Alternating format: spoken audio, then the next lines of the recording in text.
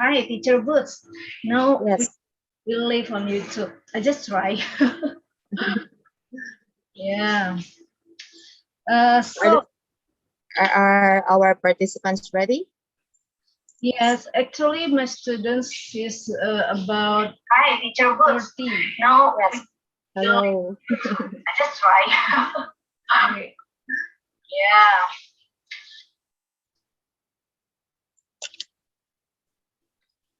My students actually about 30, but now still 19. We can wait for a moment. Okay, sure.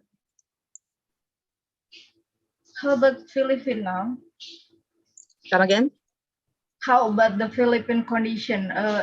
Last month I hear that the Philippines have a storm. Yeah, storm. Yeah. Uh, How is it? well, it just passed, and we're having good climate this time. But then the former president, Mhm. Noynoy Aquino, passed away just few Pass days away? ago. Yeah, the former. That's before Duterte. Uh-huh. The president before Duterte, he Yeah. passed away due to illness, and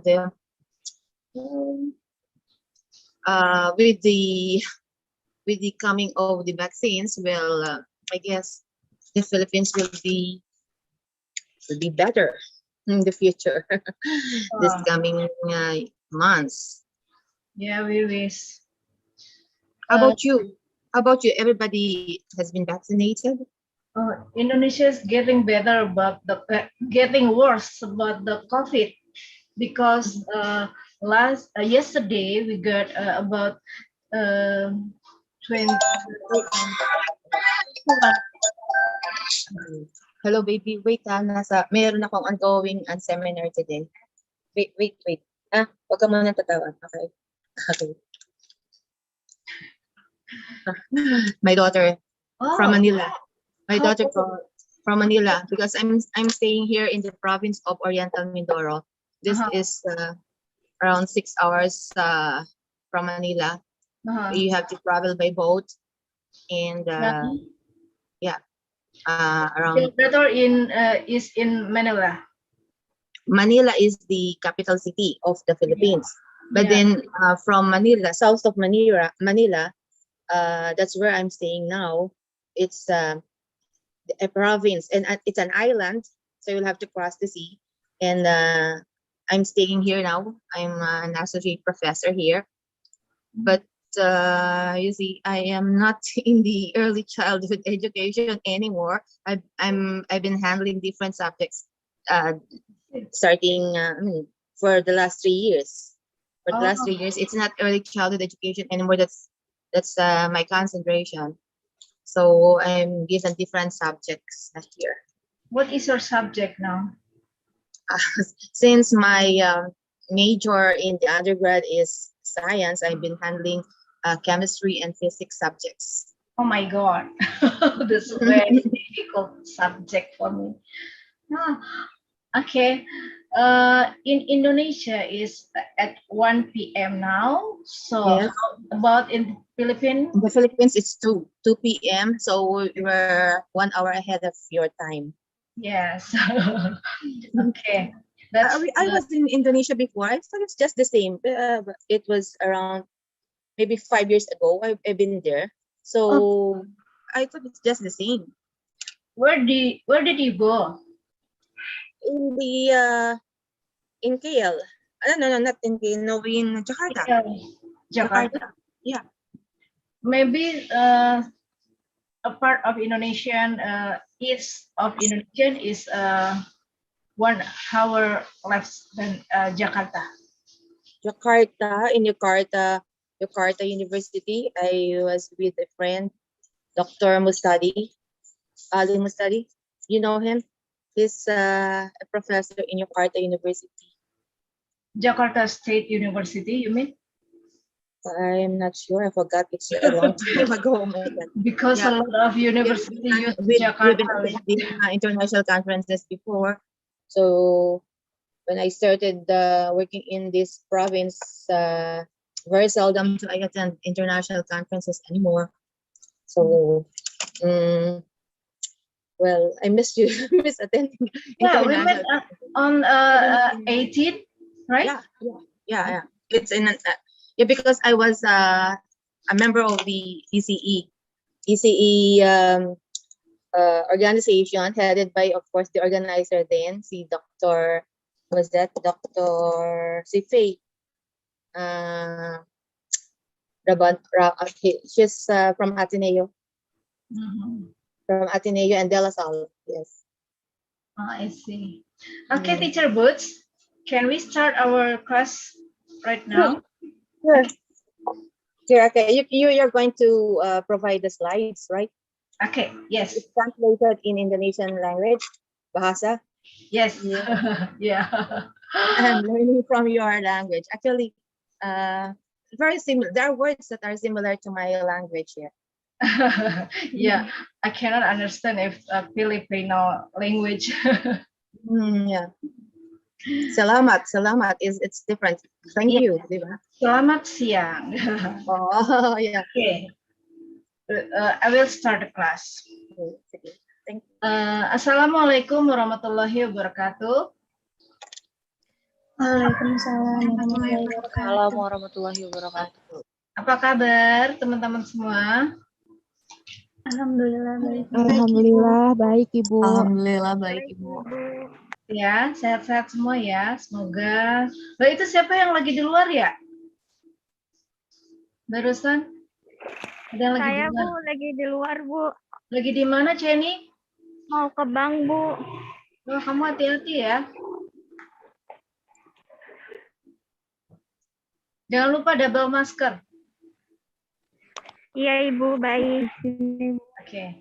Izin Ibu Baik. saya non kema. Kenapa? Bu Sri apa kabar? Alhamdulillah saat ini saya masih di rumah sakit Ibu. Oh, Makanya saya on cam aja ya Bu izin. gimana keadaan suaminya? Masih Bu masih di pakai oksigen. Masih pakai oksigen Ibu. Ya. Semoga cepat sehat. Memerlukan Ya. ruang ventilator ICU. Amin. Pakai ventilator segala. Saya on cam Ibu izin. Oke, yes, silakan. Harus ini. Mohon Iya. maaf Ibu. Yeah.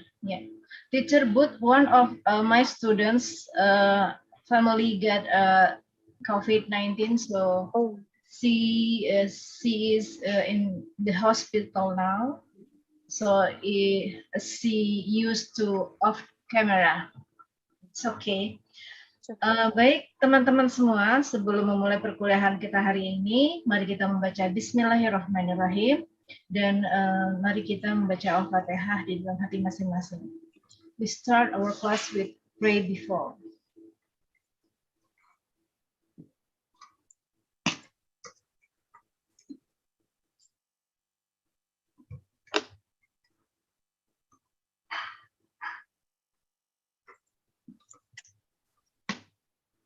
Oke, teman-teman, sekarang kita membahas tentang di pertemuan kita yang ke-15 ini kita membahas tentang pendidikan anak usia dini di Filipina. Kebetulan narasumber kita sudah hadir di sini. Nanti akan saya perkenalkan kepada teman-teman semua. Tapi sebelum narasumber memberikan sharing tentang pendidikan anak usia dini di Filipina, seperti biasa, kelompok yang akan sharing siapa ya? Saya Ibu kelompok 6. ES. Ya. Yes. Teacher Boots. Yes.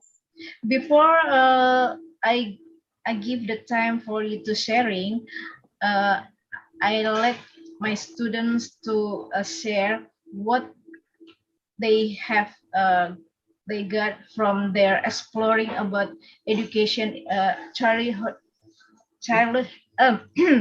education in Philippines. Is that okay? Yeah. Have they visited the Philippines? You not visited yet. before? Not Oh, no, yet. it's new. So Because they explore with from Google. yeah, sometimes Yeah. if time will permit, then you can go to the Philippines and visit our space here in the Philippines, because that's what we do. When I was in at the University of the Philippines, we collaborate with Ehime University in Japan and Hiroshima University, and we exchange students from University of the Philippines to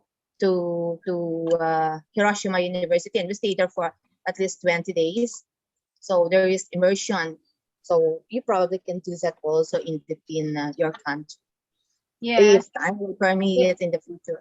Yeah, they just learn from the literature and from the article.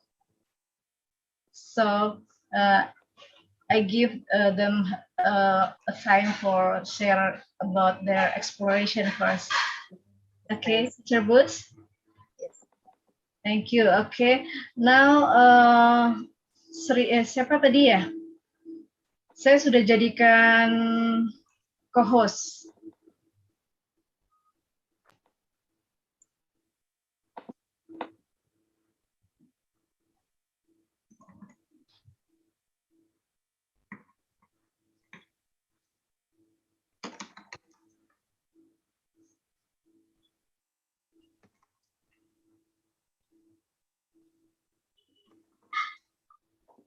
Akbar.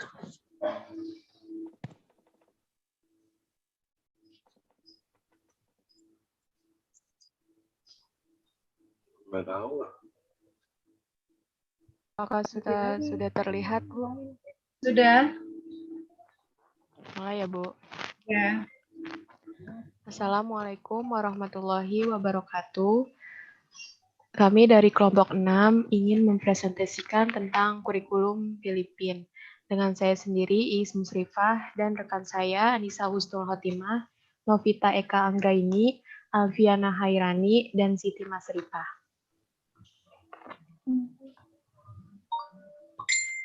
Nice.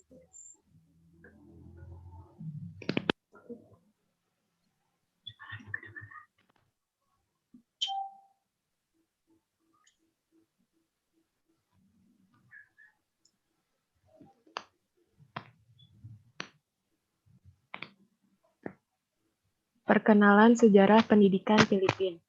Orang tua Filipina menghargai pendidikan sebagai salah satu warisan terpenting yang dapat mereka berikan kepada anak-anak mereka.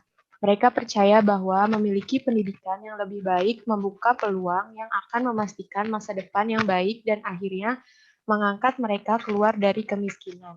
Dengan demikian, mereka bersedia berkorban besar untuk menyekolahkan anak-anaknya. Namun, dengan sumber daya keluarga miskin yang sangat terbatas, pendidikan cenderung kurang diprioritaskan daripada kebutuhan yang lebih mendasar seperti makanan dan tempat tinggal. Oleh karena itu, kemungkinan keluarga untuk keluar dari kemiskinan tidak mungkin.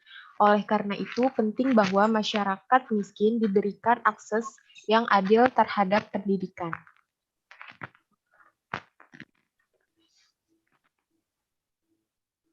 Selanjutnya, Konstitusi Filipina tahun 1987 menyatakan bahwa pendidikan, khususnya pendidikan dasar, adalah setiap hak orang Filipina. Atas dasar ini, kebijakan dan program pendidikan pemerintah telah terutama diarahkan untuk menyediakan akses ke pendidikan untuk semua. Filipina adalah berkomitmen pada Deklarasi Dunia tentang Pendidikan untuk Semua dan tujuan kedua dari tujuan pembangunan milenium untuk mencapai pendidikan dasar universal pada tahun 2015.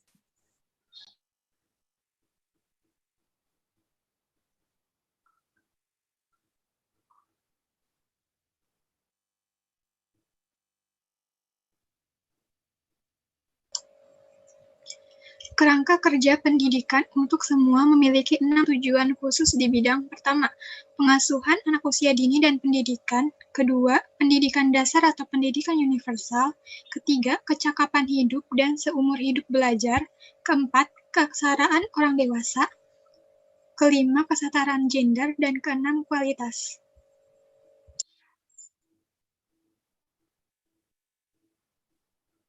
kesadaran, dan minat yang ditujukan oleh pemerintah dan para pengambil kebijakan terhadap pendidikan anak usia dini disebabkan oleh pengalaman pendidikan dan perkembangannya yang terjadi pada masa kanak-kanak. Kemudian diikuti oleh undang-undang yang diberlakukan pada tahun 2000, Undang-Undang Perawatan dan Pengembangan Anak Usia Dini, yang menetapkan hal-hal penting anak usia dini termasuk pembentukan Dewan Kesejahteraan Anak yang bertugas menyusun pedoman dan kriteria untuk program anak usia dini, meningkatkan sistem nasional untuk perekrutan dan pelatihan staf, memantau pengiriman layanan, memberikan sumber daya ekstra untuk meningkatkan pasokan program, dan meningkatkan pengembangan inisiatif sektor swasta.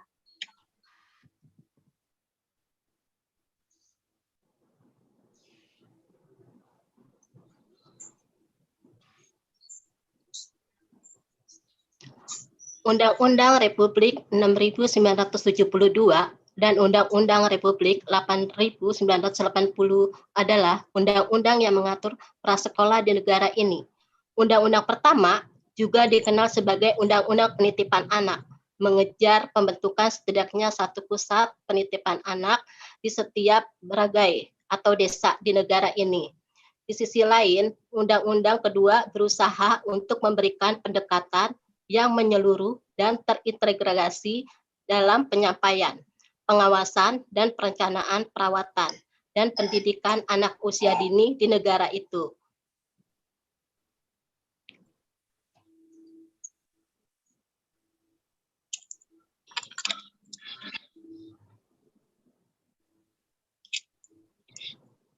Dua jenis penyediaan anak usia dini dinilai dan tidak dinilai. Membentuk sistem pendidikan dini di Finlandia. Ketentuan yang dinilai bertujuan untuk menggunakan usia sebagai dasar penerimaan murid untuk setiap kelas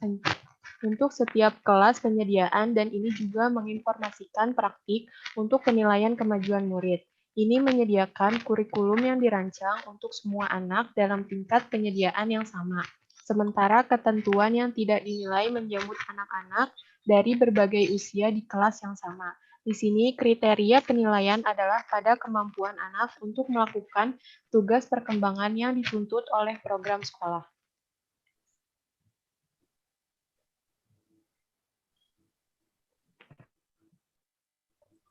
Layanan penitipan anak. Di Filipina, layanan penitipan anak untuk anak usia 0 sampai 4 tahun diawasi oleh Departemen Kesejahteraan Sosial dan Pembangunan yang menerima bantuan teknis dan sumber daya dari Dewan PAUD. Pada tahun 1977, keputusan Presiden mengharuskan setiap Bangrai untuk mendirikan setidaknya satu pusat penitipan anak di wilayah yurisdiksinya. Penitipan anak mengungkapkan bahwa layanan penitipan anak berbasis pusat hanya mencapai sekitar 20% dari popularitas target.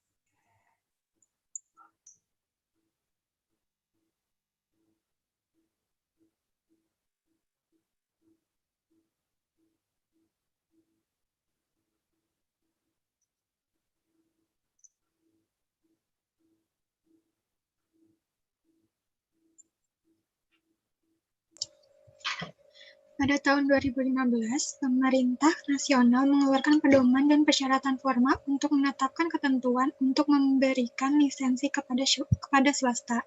Selain itu, proyek unggulan bersama Dewan PAUD dan pemerintah daerah unit terpilih menyebabkan pembentukan 200 pusat pengembangan anak nasional.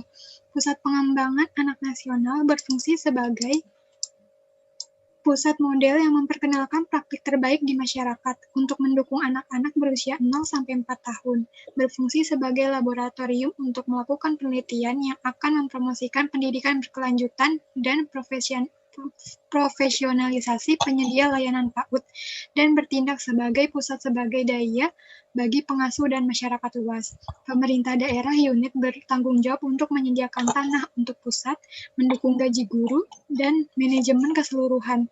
Kemampuan pemerintah daerah untuk memberikan dukungan ini adalah oleh karena itu pertimbangan dalam menentukan di mana membuka pusat pengembangan anak nasional.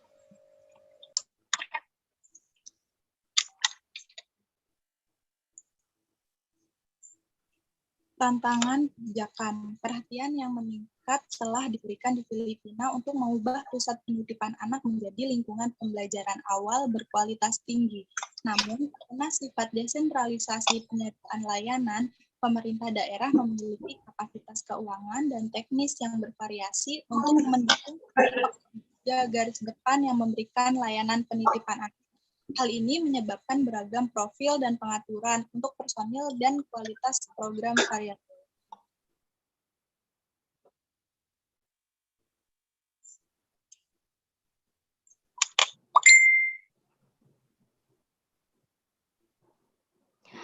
Tanggapan kebijakan, penjabat pemerintah dan organisasi masyarakat sipil telah bekerja di tingkat lokal dan nasional untuk memperkenalkan inisiatif pelatihan untuk meningkatkan pengetahuan dan keterampilan tenaga kerja pengasuh anak. Dewan PAUD bersama dengan LSM seperti Save the Children telah bermitra dengan pemerintah daerah untuk meningkatkan akses pelatihan dan dukungan bagi personal. Persyaratan kualifikasi untuk guru dan pekerja anak. Yang pertama, pendidikan. Memiliki gelar sarjana pendidikan anak usia dini. Yang kedua, persyaratan pelatihan. Mengikuti pelatihan dasar atau seminar terkait perawatan dan pengembangan anak usia dini. Yang ketiga, lainnya yaitu mampu dalam komunikasi komputerisasi, memiliki surat rekomendasi dari Barangai. Yang terakhir ada tugas, melaksanakan program dan proyek pelayanan terpadu, pelayanan kesehatan, gizi, pembelajaran dini, dan pelayanan sosial bagi anak berusia 0-4 tahun. Menyelenggarakan pelatihan program dukungan keluarga kepada orang tua di masyarakat, membantu petugas pengembangan kesehatan sosial kota atau kota dalam pekerjaannya terkait PAUD.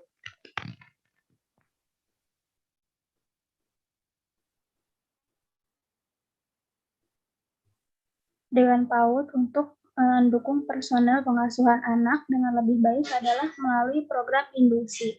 Perwakilan dan pelatih Dewan PAUD dapat melakukan perjalanan ke Bangarai lokal untuk memperkenalkan kerangka kerja pembelajaran dini nasional dan kurikulum pembelajaran dini nasional dan mendiskusikan layanan yang sesuai dengan perkembangan.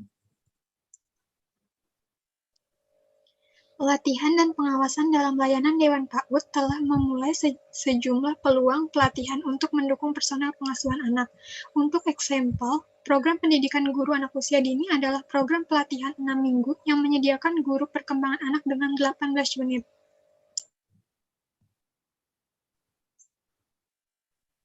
Anggota Dewan PAUD di Filipina telah berusaha untuk meningkatkan kesadaran di antara pejabat yang dipilih secara lokal tentang pentingnya pendidikan anak usia dini untuk mencegah pergantian pekerja dan mengubah dukungan untuk program pengasuhan anak, menciptakan juara di tingkat lokal, dan membantu memastikan bahwa PAUD tetap menjadi prioritas dari waktu ke waktu dan membantu memfasilitasi hubungan antara pemerintah lokal dan nasional, serta lembaga swadaya masyarakat untuk mengumpulkan dukungan untuk pelatihan dan kegiatan lain yang bertujuan untuk memperkuat tenaga kerja.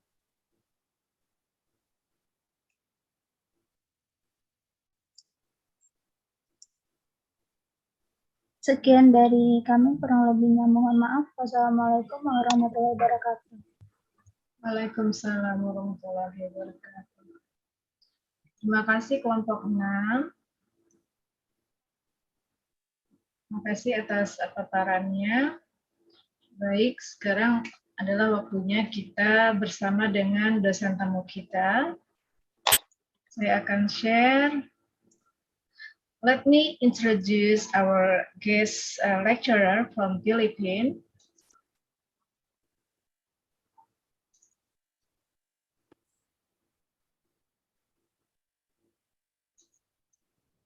Oh, sorry. Kita belum foto. Apa abis ini aja?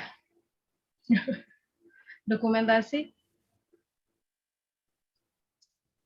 Iya Ibu, apa mau foto sekarang Ibu? Abis ini deh ya. Jadi, oh, habis ini. Oh ya udah. Sorry. Ya udah sekarang aja deh. Soalnya saya kepencet tadi. Oke, Nova. Sekarang ya Bu, berarti ya. Tunggu sebentar. We take the picture first for our documentation class. Sudah ya Bu, tunggu sebentar. Yuk. Yang di slide yang pertama, 1, 2, 3.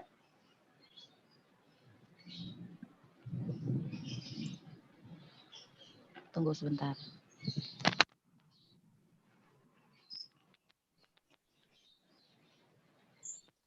Selanjutnya yang di slide kedua.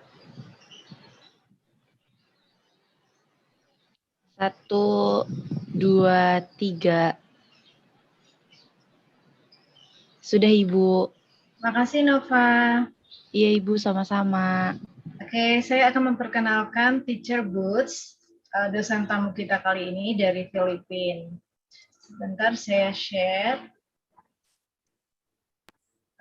Sudah jelas? Sudah, Ibu. Sudah, Bu. Ya, Bu. Oke.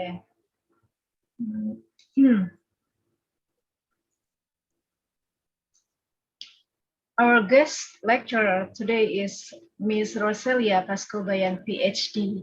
She's come from City College of Calapan, Province of Oriental Mindoro, Philippines. Ya, jadi dosen tamu kita kali ini Ibu Roselia Pascobayan, PhD dari City College of Calapan, Province of Oriental Mindoro, Philippines.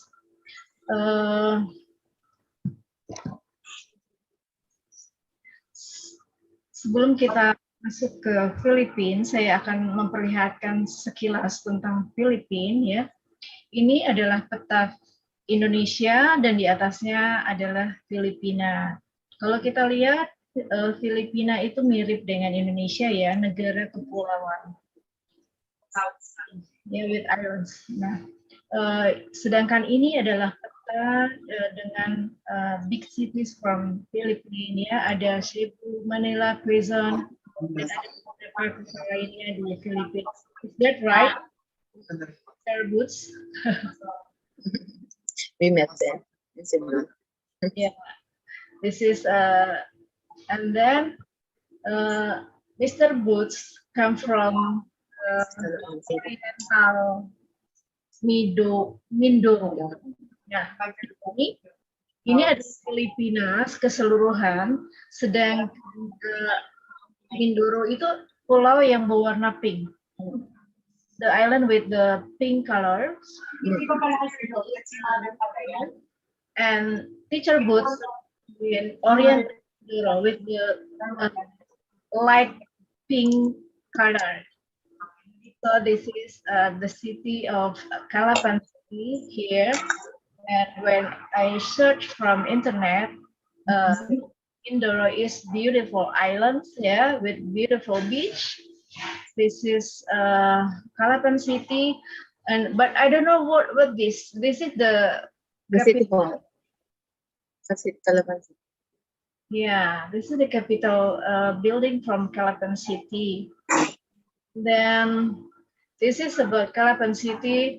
When I saw in the internet, that's very nice view from Calapan. This is Oriental Mindoro with a white beach ya, dengan pantainya yang berpasir putih ya, bagus banget. Mirip ya dengan Indonesia yang banyak pulau-pulaunya. Nah, ini adalah kendaraan tradisional di Mindoro. What you call it, Teacher Boots? The tricycle. You have tuk-tuk in your place in Thailand. In Thailand, tuk-tuk. That's our tricycle. That's the mode of transportation in Calapan. Oh, tricycle. Yeah. Tricycle, yes. Yeah. Just like the tuk-tuk in Thailand and Phnom Penh. Yeah. So I think that's tuk-tuk in Philippines. No, we call it tricycle. Not tuk-tuk. It can accommodate around 3 persons, unlike in the tuk-tuk wherein it's bigger than the tricycle we have here in Calapan. Yeah. Jadi ini adalah kendaraan khas di Kalapan City, disebutnya tricycle, mungkin kayak bemo kalau kita ya, karena isinya tadi katanya 3 orang. Nah ini adalah Buktot Beach, ya Oriental Mindoro, Philippines.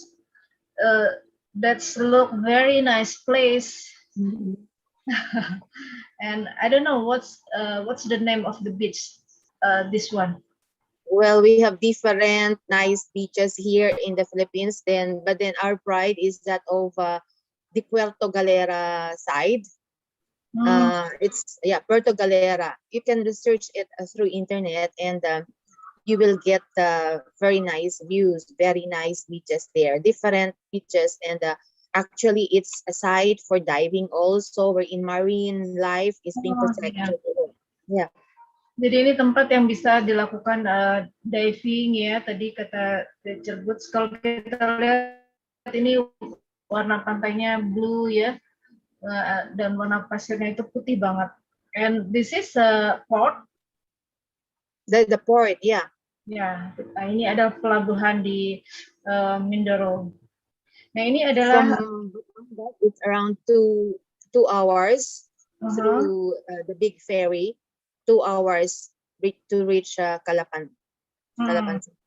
Pelabuhan ini ditempuh sekitar 2 jam dari kota Kalapannya, ya. Terus ini adalah kayak seni budaya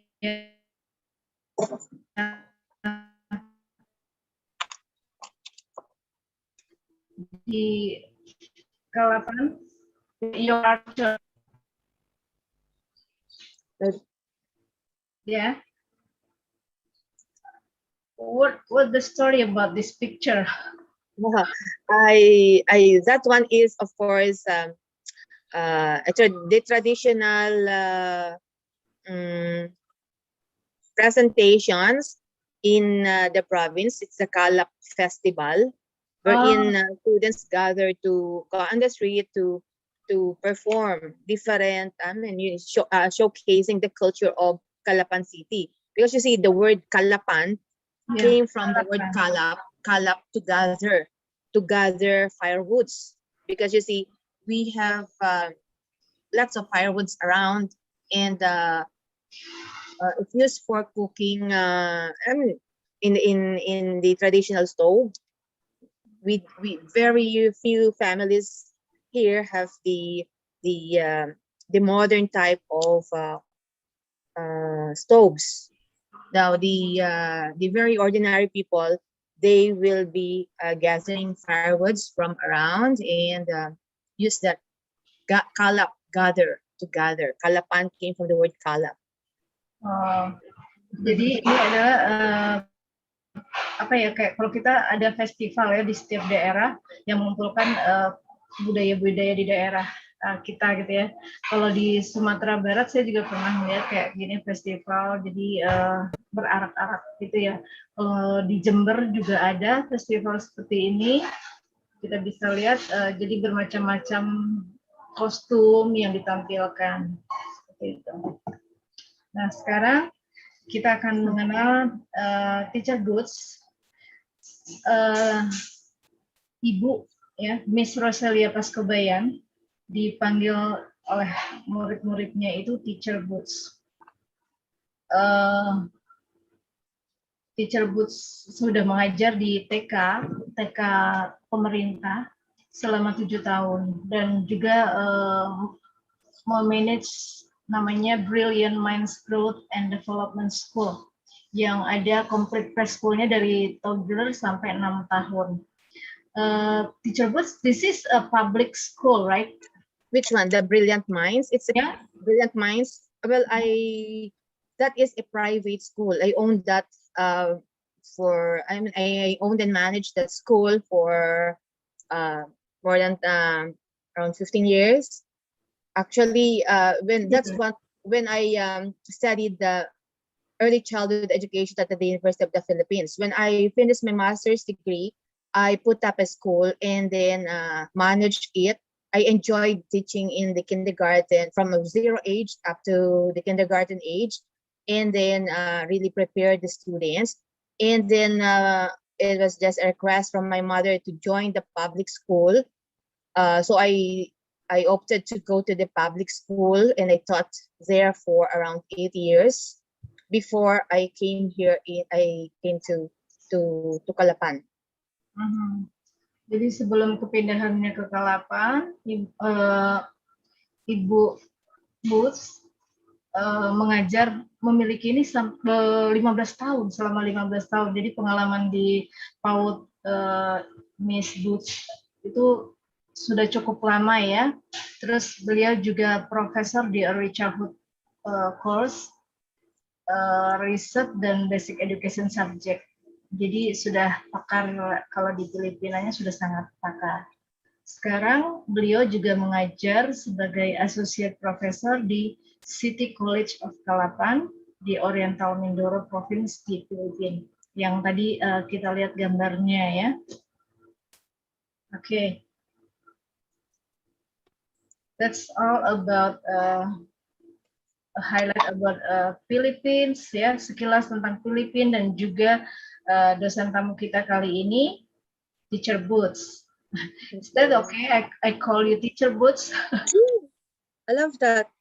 Okay. Even my students here, they call me Teacher Boots, and my colleagues, they call me Teacher Boots, because even though I am now in this college, my heart still belongs to the early grades, and so I wanted everybody to call me Teacher Boots. Jadi walaupun sekarang Teacher Boots sudah ngajarnya di universitas, tapi tetap aja seneng kalau dipanggil Teacher Boots, soalnya feelingnya tuh udah dapet banget kalau di PAUD gitu ya. Nah sekarang kita dengerin paparan dari Teacher Boots tentang pendidikan anak usia dini di Filipina. Ini sudah saya translate sih, jadi nanti Teacher Boots akan membacakan yang versinya Teacher Boots, tapi saya sudah translate paparannya ke dalam bahasa Indonesia.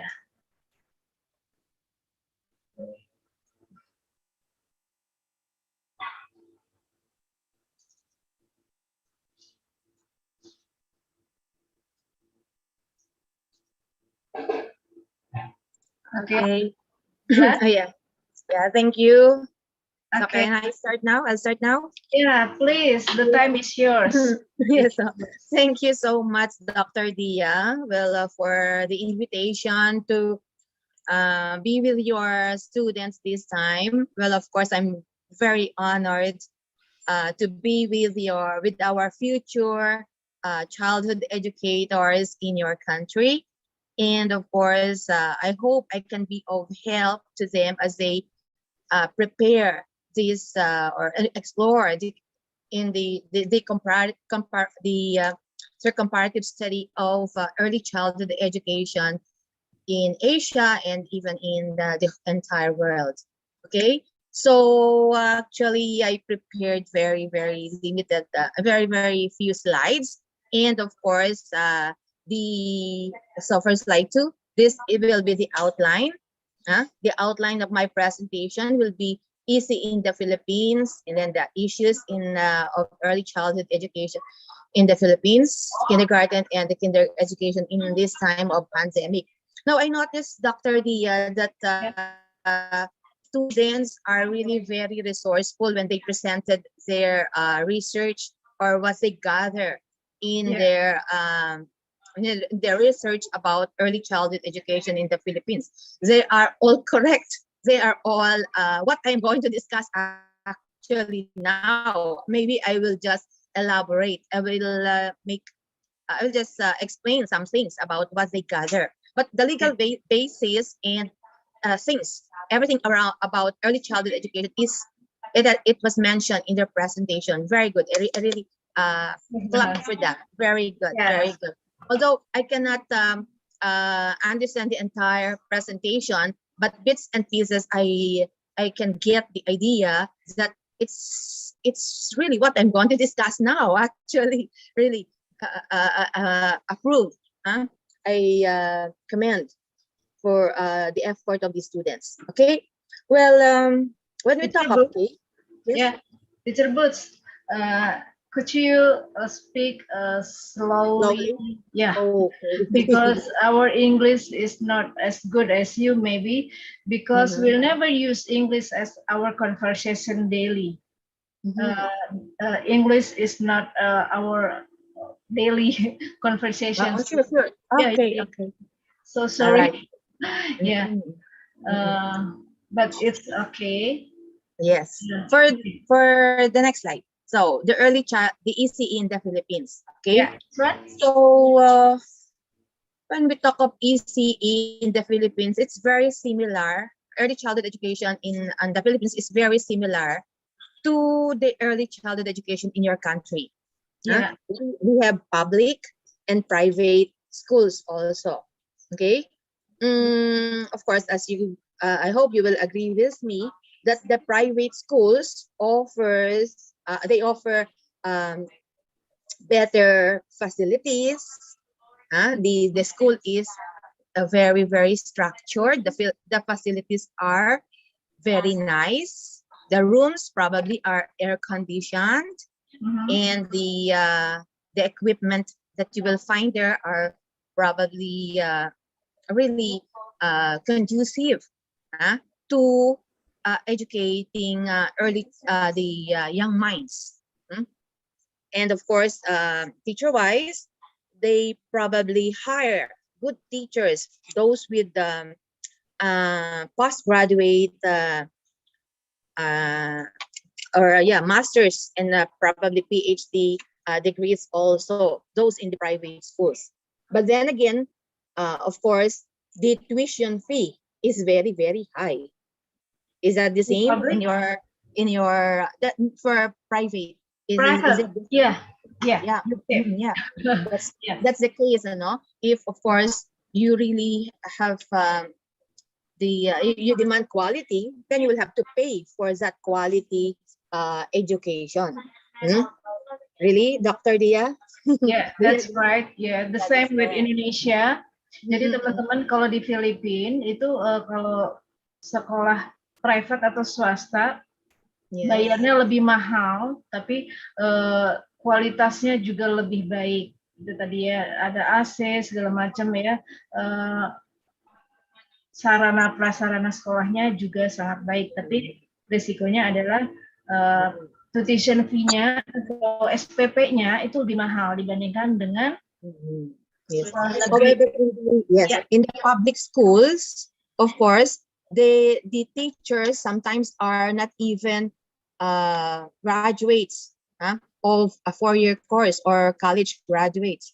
Some of them are para teachers. They probably have 2 years of college education, and they are just trained. They just receive you know kind of trainings for them to handle young minds, or how to handle uh, the education of young children.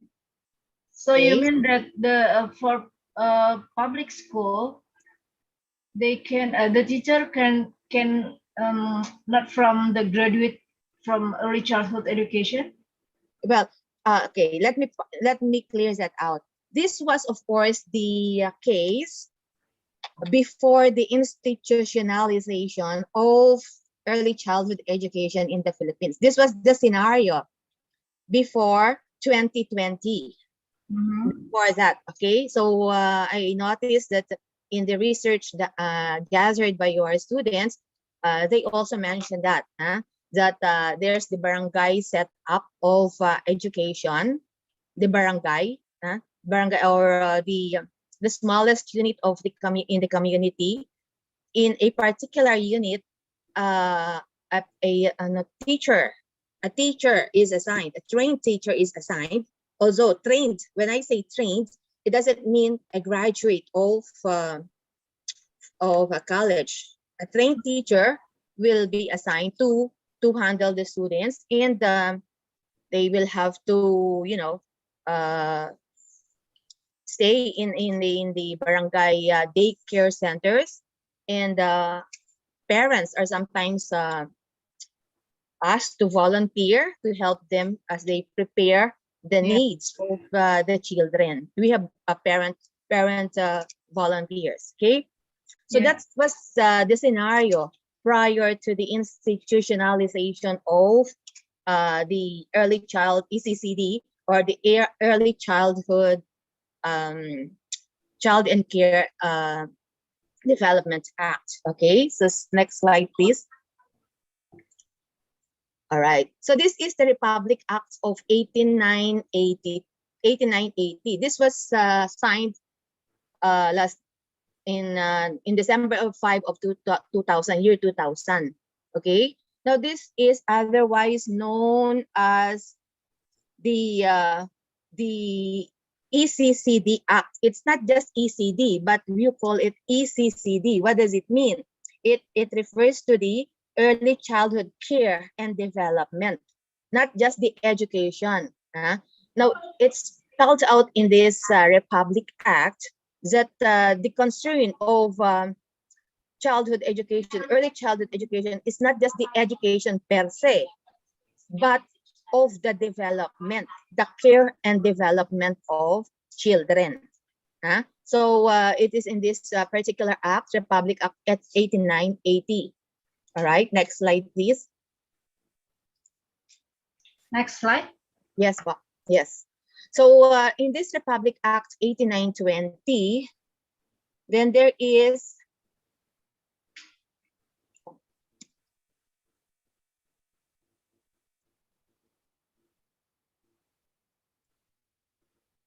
Section 2 is, of course, the declaration of policy. This one, Bejian 2. Here we have here the declaration of policy, that it is hereby declared that the policy of the state to promote the rights of the children to survival, to survive. So that the moment the concern here is not just for them to, not just to educate the children, but the moment life has been detected from the womb of the mother, then there is already care provided by the government. And that is, of course, through the the free prenatal care given by the government to the mothers. It is in the public health center. Okay, are you following, dear students? Yeah. Okay, so we have teman-teman dengan Indonesia. caring of the children will start from the womb. The moment life has been detected in the woman, then we extend our care. Okay, the government extend care for survival, for development, and of course for special protection. That's, of course, the full recognition of the nature of childhood and the special needs, in case special needs will be is needed. Okay, so the government extends these things, this kind of caring to the children, particularly the 0 to 6 of age. Okay, next slide, please. This is the same with Indonesia also. Cool, very good. Yeah. Yeah, next slide, please. Okay. Okay, so enough to say that one, that early childhood education. Yeah, that one, the big the other one. Early childhood education it is of course a shared responsibility. It's not just the responsibility of the government, but the mother, the parents. They will act as the first teachers of their children. So it's a shared responsibility from the parents to the community, and even up to the government, the local government, and then the national government. It's a shared responsibility to care for the education of these children. All right. So if you will notice, I have the next slide, please. Yeah, this one. This is, of course, the framework of how we care for our children for this 0 to 8. So if the child is at the middle, of course, the first people to care for them is their family, the family.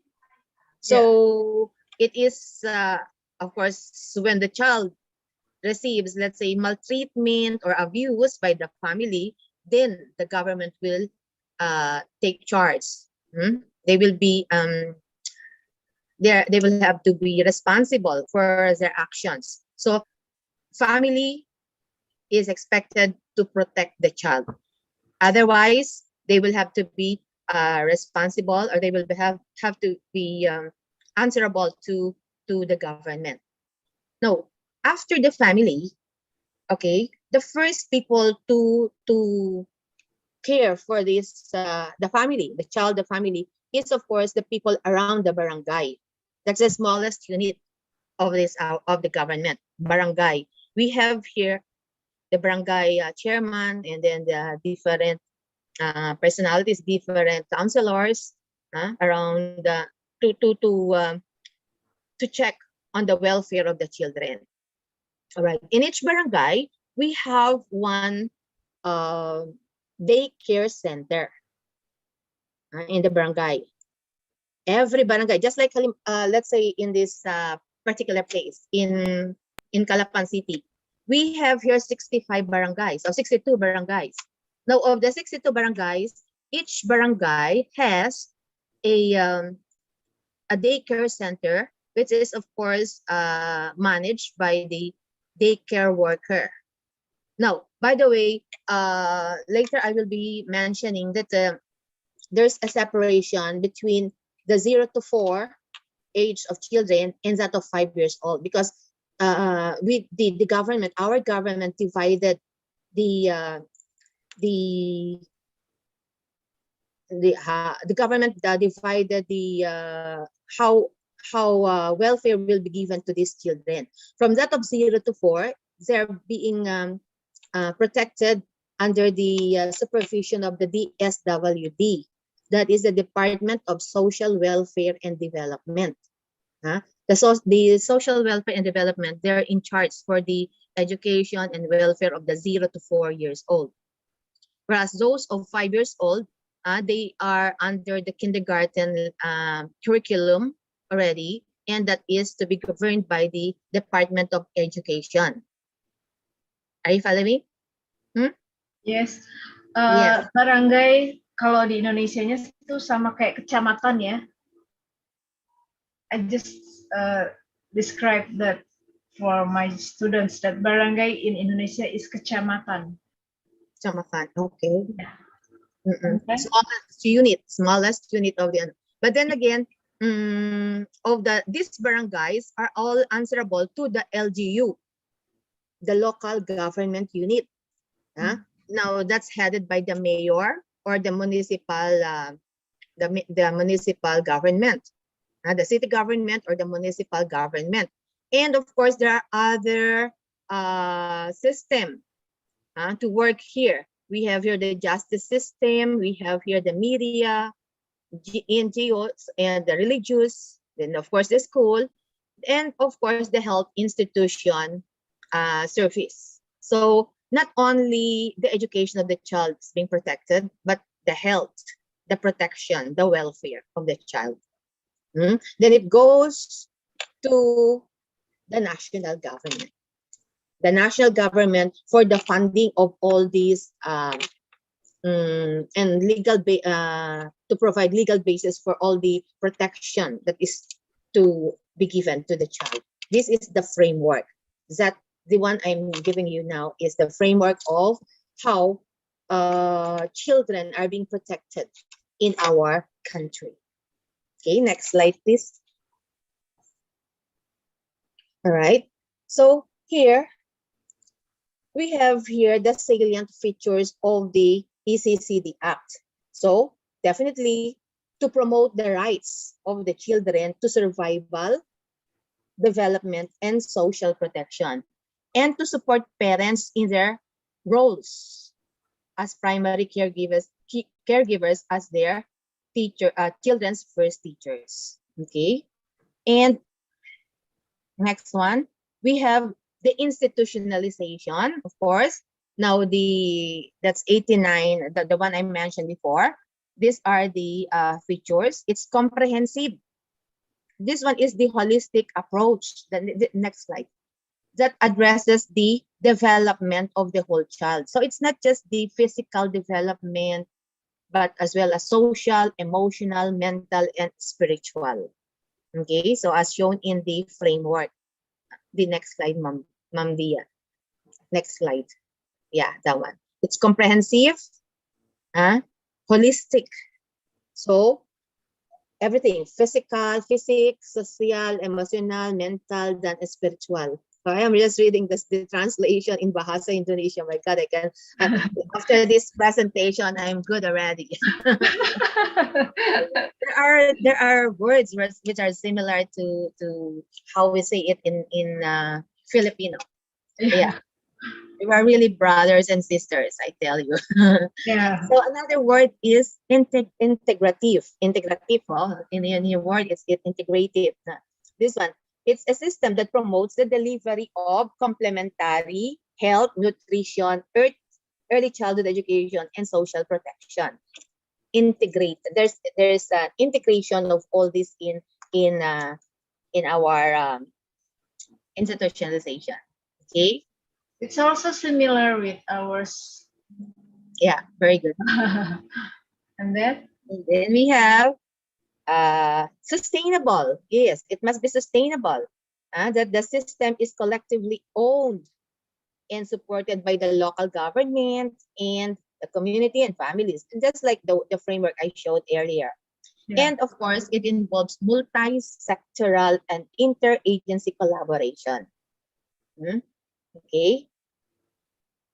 And then I have here the next slide. All right. This is of course now the preceding slides actually came from this advisory, ECCD Council advisory. So I will not be discussing these few slides. No, it's about just to show you that there is really legal basis for this for whatever is being implemented in the ECCD Act of 2020. However, another thing, I did not include it in my slide, but in the year 2013, this law has been repealed. Now, okay, there is this Republic Act 10.4.10.410. You please take note, you students, please take note of that.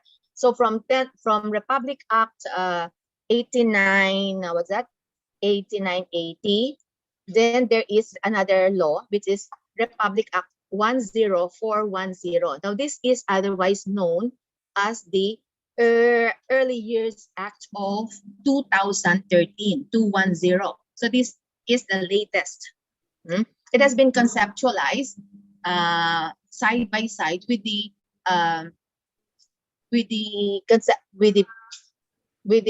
promulgation or with the drafting of the Republic Act 10157, which is otherwise known as the Kindergarten Curriculum of the Philippines. So 10157 and then 10410. These two Republic Acts, of course, spelled out the rights, the privileges, as well as the support needed in the early years Act of 2013. Did you get that? Okay. Because you see, in the year 2012, there was a drafting of the Republic Act 10157, the Kindergarten Act of the Philippines. Now, in this particular act, those children whose age is that of 5 years of age, no? From 5 years of age, it is now a mandatory. It's mandatory on the part of the parents to bring these children to school, because you see, parents they do not want their children to cry in school. So if children will just be crying in school, then they do not want to bring their children to school. but then they will be liable to the government. If they will not bring their children to school, then they will be answerable to the government. So it's mandated in the Republic Act 10157 that every parents, every family having children 5 years of age must bring their children to school. That is, of course, the beginning of the K to 12 curriculum, the entry level. Now, and then there's another act to support that. And those belonging to 0 up to 4 years of age will not be in the kindergarten, but they will have to attend the school, which is managed by the Department of Social Welfare and Development, DSWD, and this is, of course, trickled down in the barangay. Okay, so there's a separation already. The DSWD, two government agencies responsible for the education. The DSWD and DepEd, Department of Education. Did you get that? Hello? Hello? Any questions so far? Yes. So, yeah. Or you mean that the children protected by this ECD Council? This one. Hello. I'm having very bad audio at the moment. Okay. Very bad audio. Okay.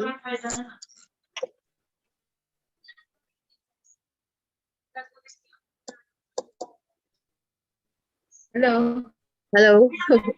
Hello. Hello, teacher. Hello. Still here. I'm still here. Yeah. Okay. Yeah. Can You please move to the you? slide. I can of the hear hot you. issues. Okay. This one. Hot issues in ECE today.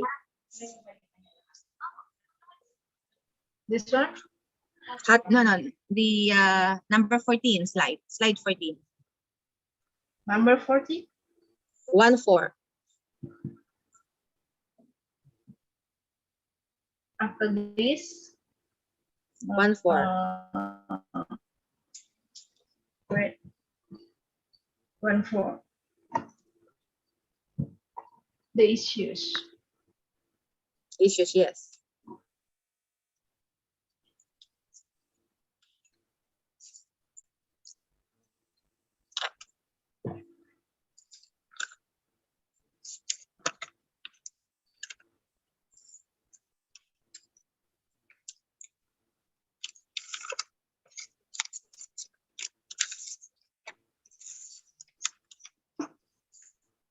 Before that. Oh yeah, ECCD is really important. Okay, so that's it. So there's a need. So even in the first school in America, okay, then there's really a need for early childhood education.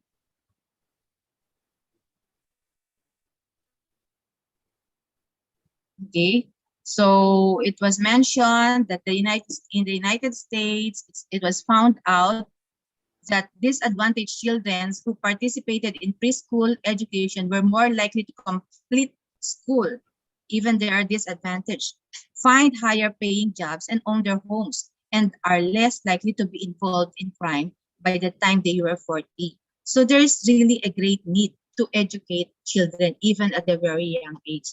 So this is a very, very good preparation for them. So whether that's probably the reason why the government is really making great efforts to provide everything for the young children.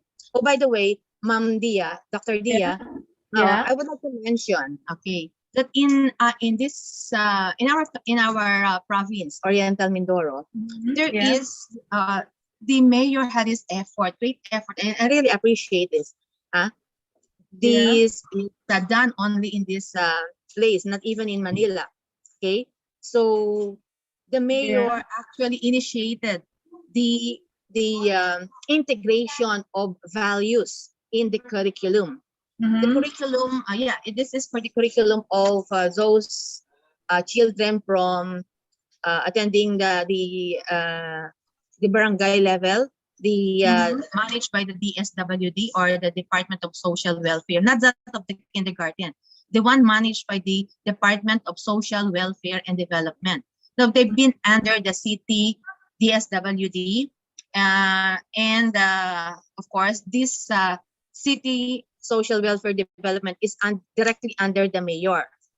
Yes. Our mayor here initiated, you know what, the integration of the 8 character traits in the curriculum of this early, in the early years, the young children, the very young children. So those attending 3 years of age, 4 years of age, as they journey on the curriculum, they are to meet the different values, introduce them to the different values, good values such as patriotism,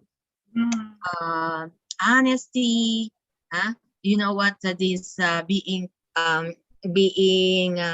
what's this, gratefulness. 8 character traits are being integrated. So I actually have, it's not in here. So the curriculum integrated with your local value, you mean? Yes, the very first in our country. Because you see, in early childhood education, even in private schools in Manila and in any part of the Philippines, they simply follow the curriculum, the competencies expected of the children. But there is no special mention or special focus on the development of the character. You know what? The mayor probably believes that you can have good citizens if you start it at an early age. So that's probably his philosophy. That's what he believes. He lives in. So you know what? Whenever the teacher, let's say, will teach the numbers, there is integration of character traits. Probably integrating honesty in numbers. Probably integrating a gratefulness as they discuss the different topics or the different competencies supposed to be given to the children. That's very nice. It was only I actually facilitated the making of the curriculum. It was in 2019 that this was developed, and due to the COVID times, we were not able to release the book. But just last, I think February, the book, or the curriculum per se, was written in a book, and it's really, I am really very proud to say that it's the first in this in our country that character traits are being given priority in teaching young children. I really salute the mayor for that great effort. So your mayor is character building for your early childhood education. Yes, very good. Jadi teman-teman, integrasi kurikulum itu maksudnya diberikan oleh di daerahnya si Teacher Boots terintegrasi dengan karakter building yang ada di daerah tersebut.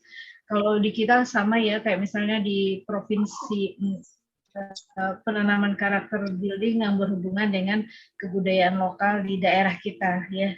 Kita juga melakukan hal yang sama. Oke. Teacher Boots. Yes. Okay. Now when we talk of the issues in early childhood education, this time, well, of course, it's just that some parents, it's just probably the issues are similar to yours. Parents, even though the government is extending help, even though the government is really making great efforts to support them, still they do not want to to bring their children to school. Some of them will just ask, and some children, very young children, are being abused. They are being lured to begging and sometimes using these young children to earn money at their very young age. And of course, that's against our government. But still, most of the parents are even using their children to these things, these very very you know, they will be liable to the government once they're caught, that children are being abused. And by the way, we have this anti-bawsi law to protect the children. It's a the acts against the violence against women and children. They need protection. So if whoever will be found guilty or abused of this, then they will be answerable to the government. Okay, these are the So issues. you means that people in Philippines still child abuse? Yes, Still. there is. Still, we have that. Particularly in very, very remote places, you know. Yeah, yeah. So the children working, and then the children to find money for their family, something like Yes, that. yes, yes, yes. And even, Jadi of anak-anak course, pekerja, ya anak-anak yang dipekerjakan oleh orang tuanya itu dilindungi, undang-undang ini melindungi anak-anak dipekerjakan oleh orang tua mereka untuk mencari nafkah. Seperti itu kan kita juga banyak ya di Indonesia yang seperti itu. Jadi anak-anak bekerja bisa di jalanan atau bahkan mungkin kalau di desa anak-anaknya yang berjualan. Nah, undang-undang ini melindungi anak-anak yang dikerjakan oleh orang dewasa. Yeah, that's clear. also I will say that this has been well managed by the government, no? But still there are cases wherein still even the families abuse their own children. So that's the case. That's the case. That's a very, very hot issue among children. So the government still has to really extend great support to these children. Okay, let me move to this one, the Kindergarten Act of the Philippines. So next slide, please. Yes, that's it. So this one? Yeah, this one. Okay. So this Kindergarten Act of the Philippines, this Republic Act 10157, this was institutionalized, was like what I've said, in 2012. Okay. So this, of course, mandated every family that all children at the age of 5 will be in school, kindergarten. Okay. So they appropriated funds for this, and of course trained the teachers, because you see, not all teachers can teach kindergarten in this particular RA.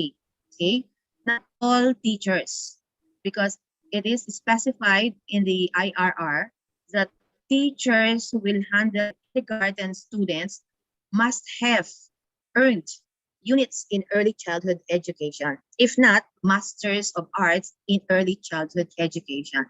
You see, that made me, the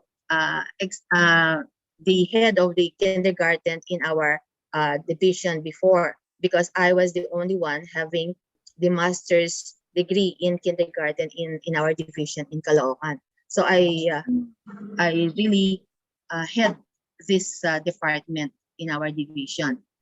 Okay, that's why we met in international conferences because I represent the division. Yeah. So okay, so that's of course this RA 10157. Now, by the way, this is also, like what I've said, kindergarten is the entry level of the K to 12. So they cannot move. Students cannot, or these young children, 5 years old, when they reach 6, okay, they will be promoted to grade 1, but not because they're 6, then they will be in grade 1 right away. They still have to pass through the kindergarten. So it is an entry level to for them to really be in this in the elementary. Okay, it is mandatory on their part to finish kindergarten. That's stated in the Kindergarten Act of the Philippines. The Is K to there any 12. test? Yes, come again. Teacher Booth, is there any test for the students to come to elementary school from the kindergarten? Is there any Yes, test yes, for yes, them? yes, yes, yes. There is the What so-called kind? What SREA, kind the of readiness test, students readiness year-end assessment, the SREA.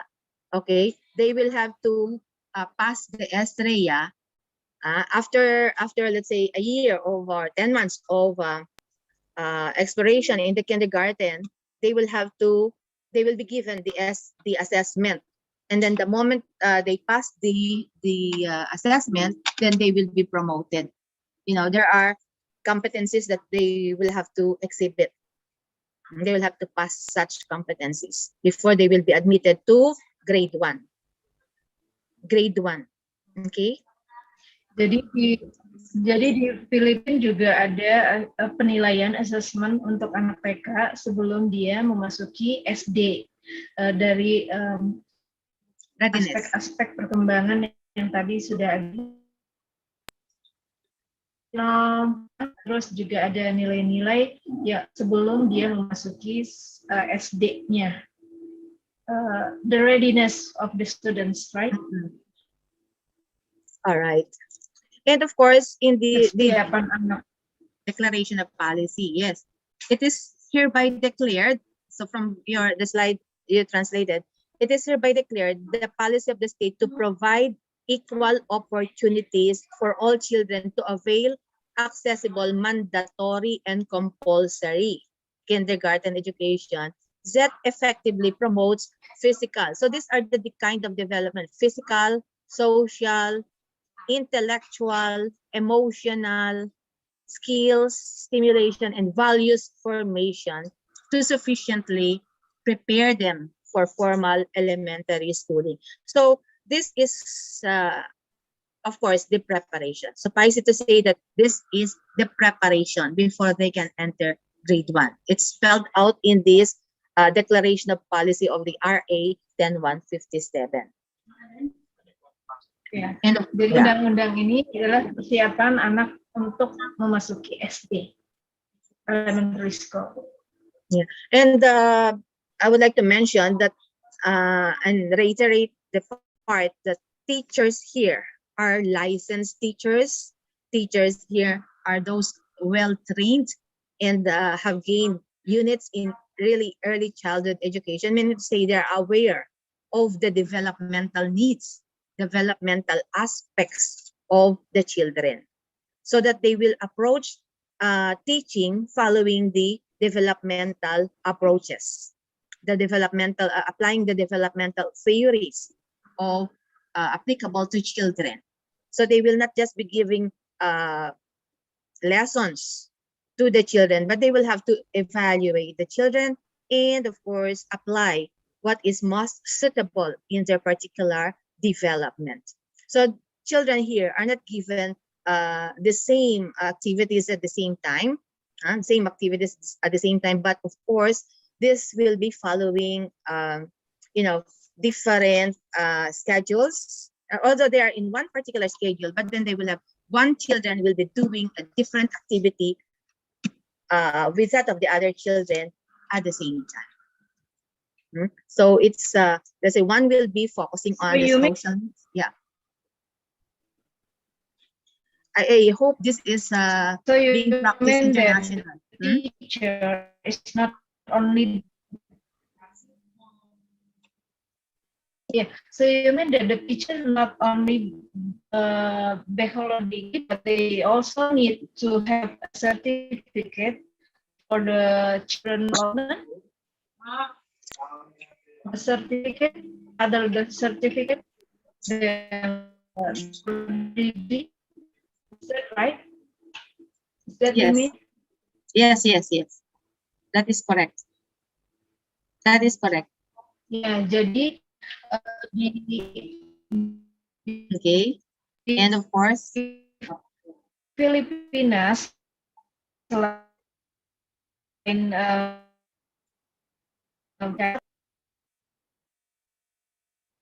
yes. So technology.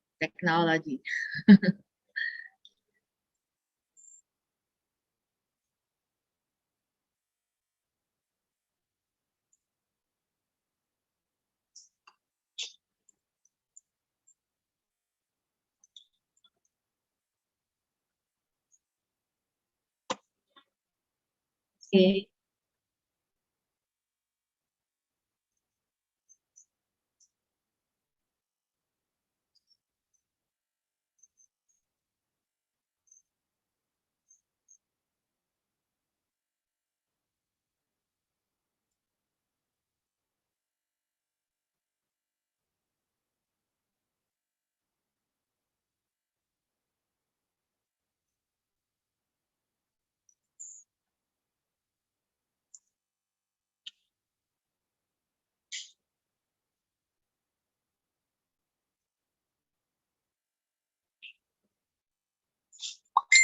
That signal.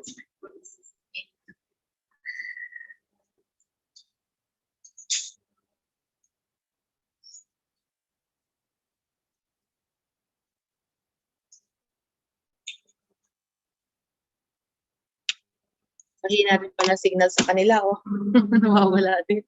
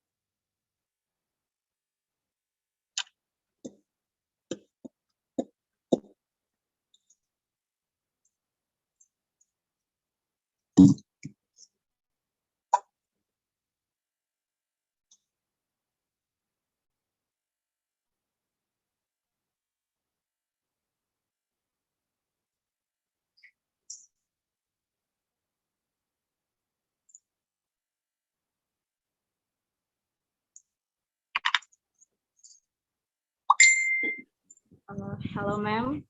Yes. Hello. We apologize. Dia signal is instable. Maybe we will wait for her to join again. Okay, no problem. I just wait here. That's that's technology.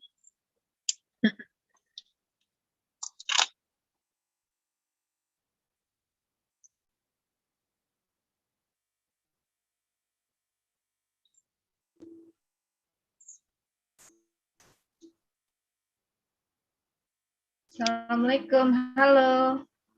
Assalamualaikum. Waalaikumsalam Ibu. Sinyalnya jelek, saya kelempar.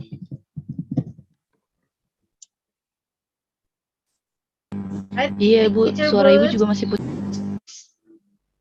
Masih putus-putus? Iya nih di sini tulisannya your internet connection is unstable.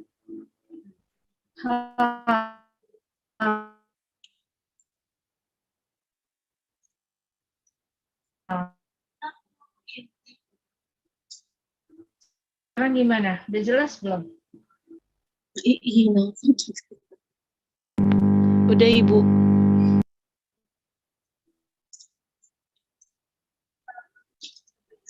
Kok saya ngedengar?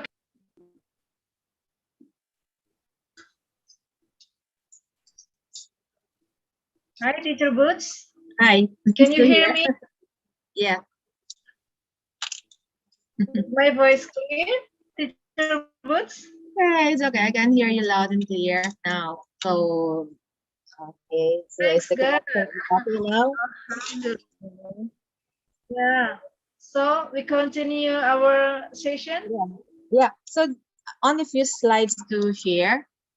Okay. Yes. So the 5 reasons why children must attend preschool. You have it there. Yes. 5 reasons. Wait.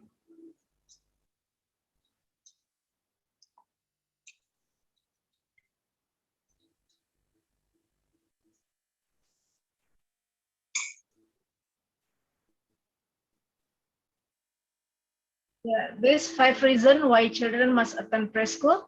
Okay, the first one. So I want the students to you know,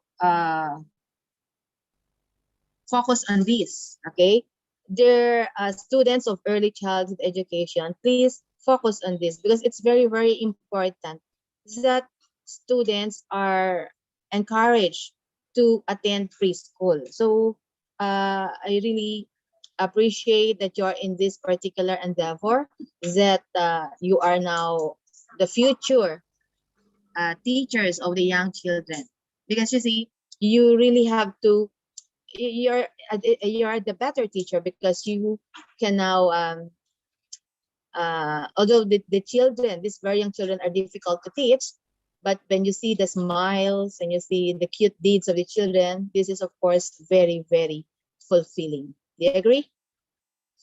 Do you agree? That this is of course the fulfillment that we'll be getting. Yeah. Okay, so the first reason why children must attend preschool. So you have to really help, because there's stimulation of the brain development. So once the children are not in school, very limited development. But the moment they're in school, the moment they play, the activities, the play activities in schools, they stimulate the young children's brains, and it of course contributes to intellectual and social and even emotional development of the children. So really, we have to encourage children to be in school. The second one, improve social skills. Second one, yeah, social skills. That's why as teachers of these young children, you help them trust themselves, have the trust in themselves. What I mean, the kind of develop the inter and the intrapersonal development in the children. They will have to be confident of what they can do, and be confident that they can do something for others.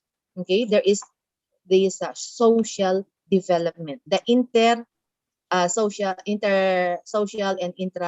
intrapersonal development, interpersonal and intrapersonal development. Next one.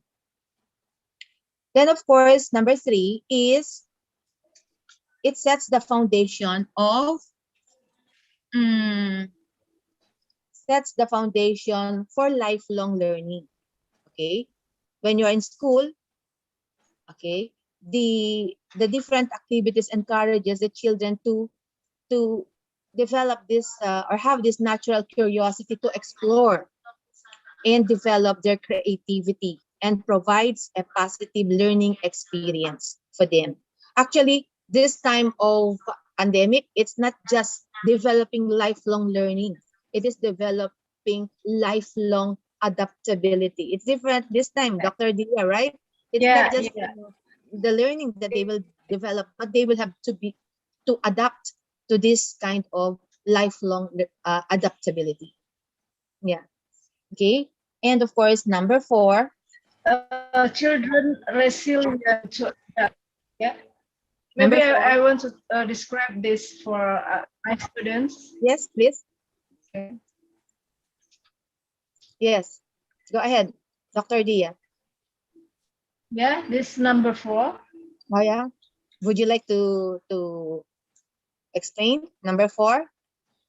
Oh, number 4.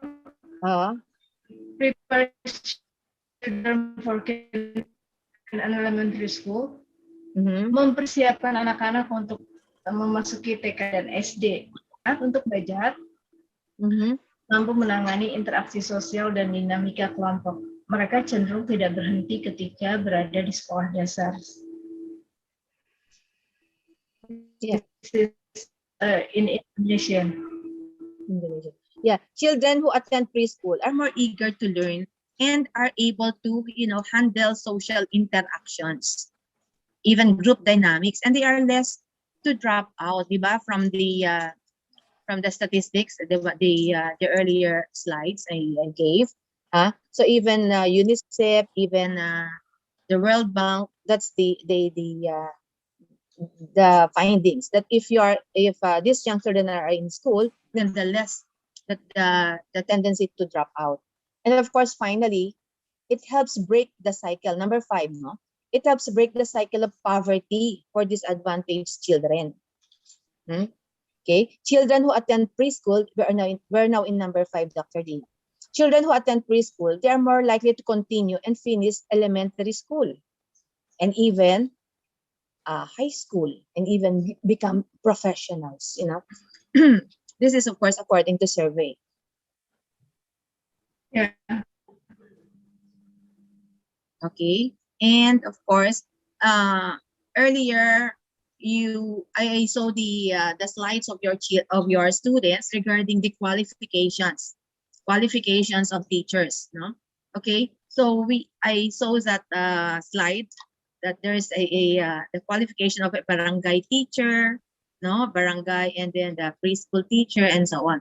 So for the public school, once the laws has been implemented, after the implementation rather of these laws, then they become very, very strict in hiring teachers. Before, like what I've said, in the public schools, they are just graduates of 4-year course, but then now they will have to really earn units and even master's degree to be able to be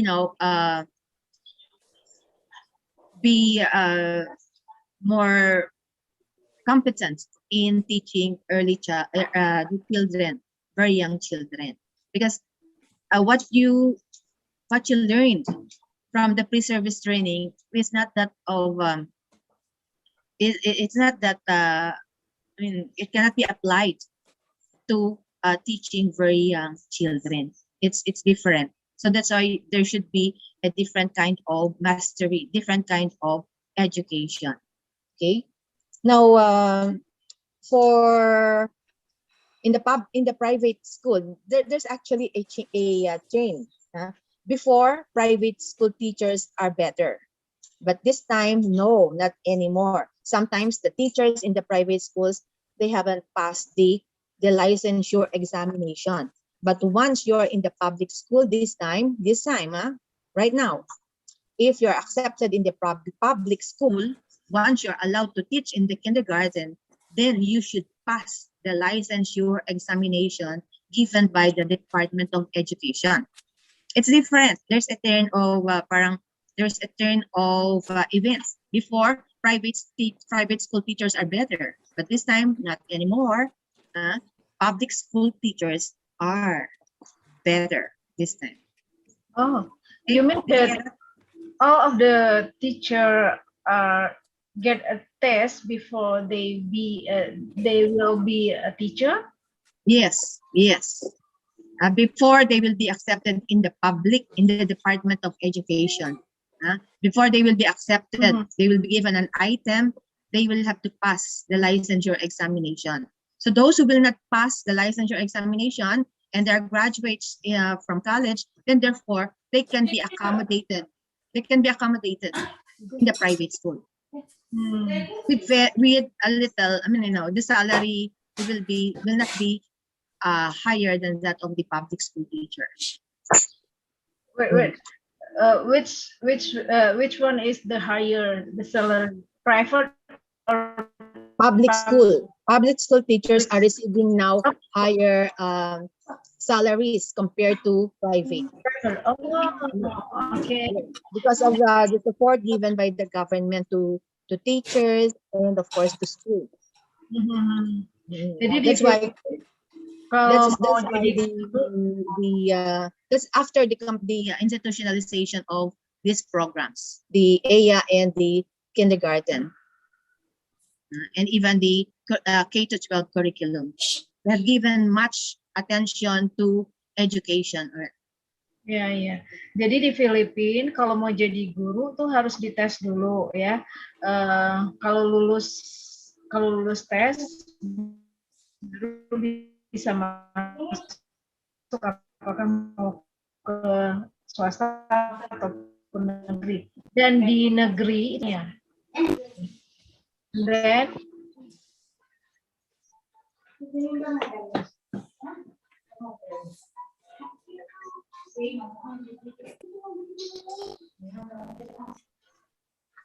Hello. Yeah.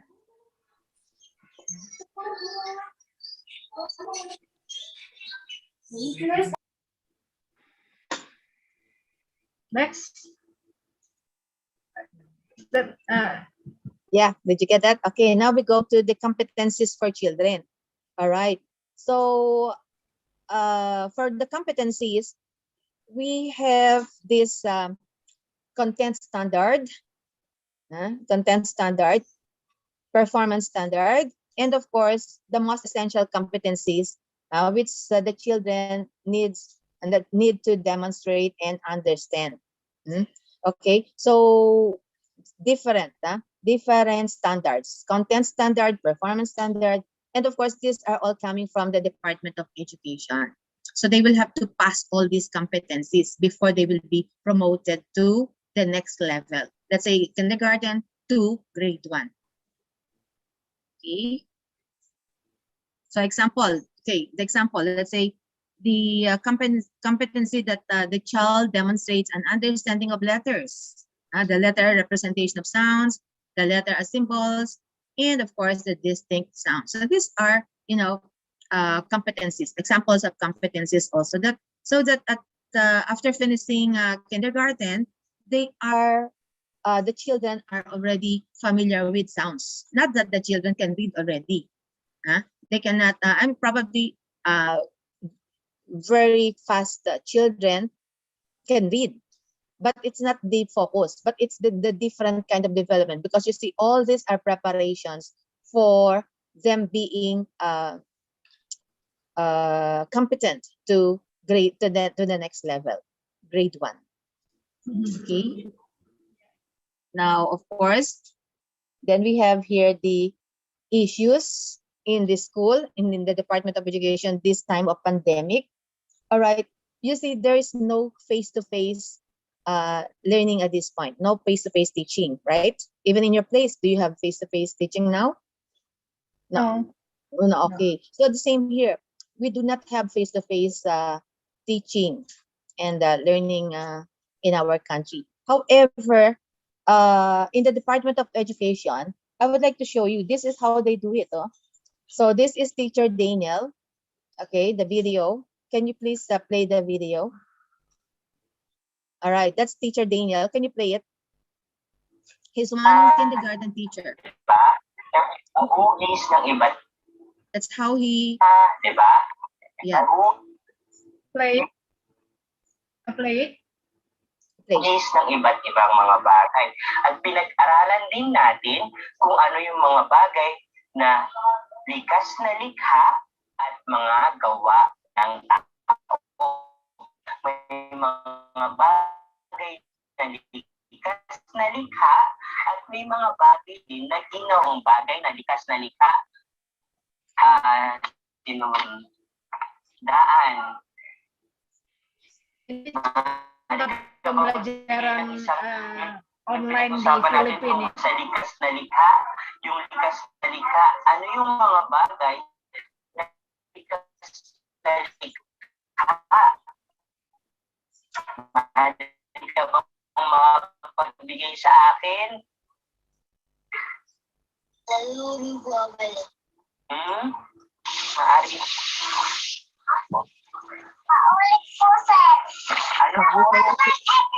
Ano po yung mga bagay na likas na likha? Pag-aralan natin nung nakaraan. Likas na likha. Diba meron mga bagay? Yung bahay po ay likas na likha po ba? Ha? Diba meron tayong likas na likha at gawa ng tao? Okay? So sabi niya ay bahay. Ang bahay po ay hindi likas na likha. Ito po ay gawa ng tao. Salamat. O sino maaaring makapagbigay, pwedeng tumulong sa amin para masagot ang tanong ni Teacher Daniel. O, ano, Andrea? Sige nga. Magbigay ka nga. Yung bahay po ay hindi likas na likha. Hindi po siya likas na likha. Ano yung mga bagay na pinag-aralan natin na likas na likha? Sian, maaari mo ba kaming tulungan?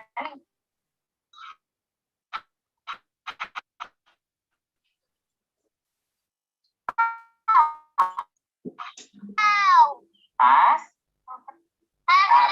Araw. Very good. Ang araw ay isang likas na likha. Likas na likha ay ginawa ng Diyos at inaalagaan lang natin. Tama si Sian, very good.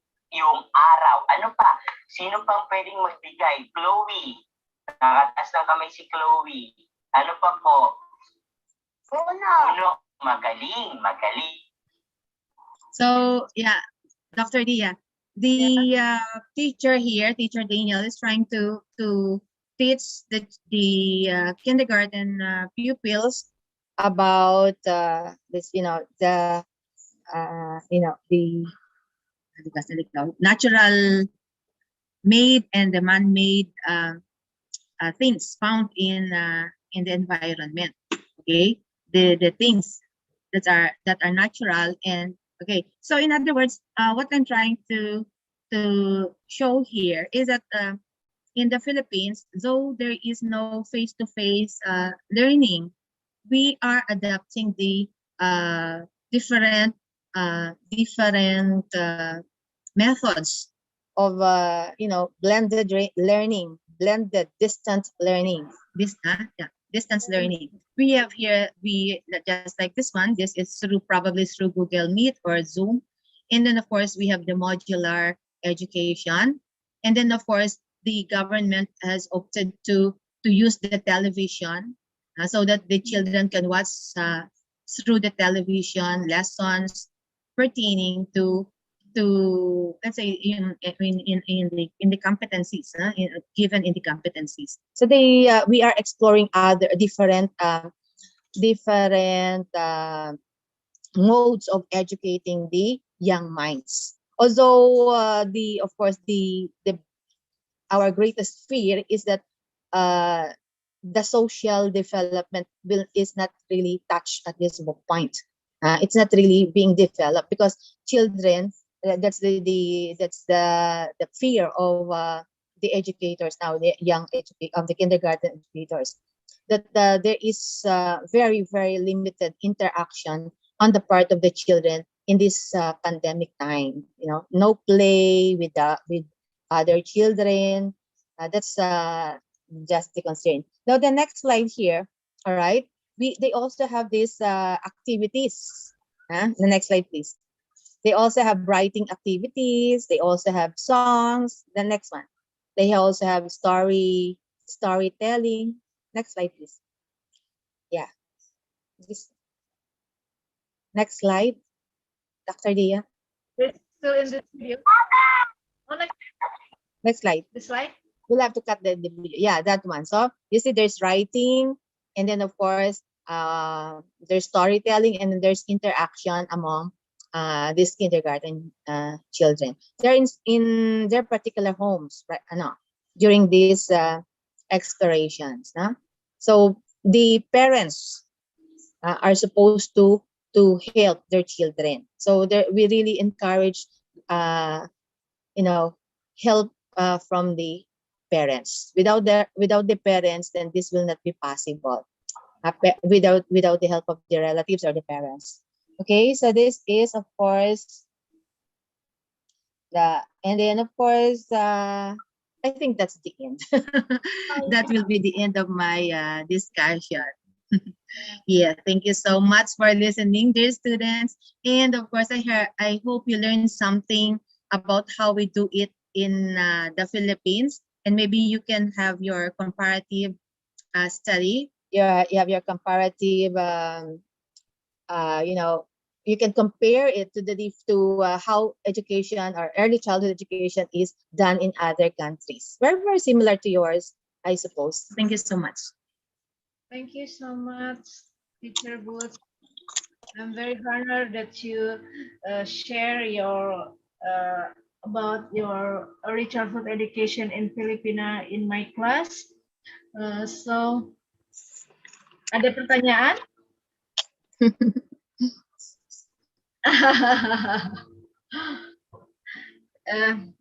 Not easy to translate the language, because we never use English in our daily conversation.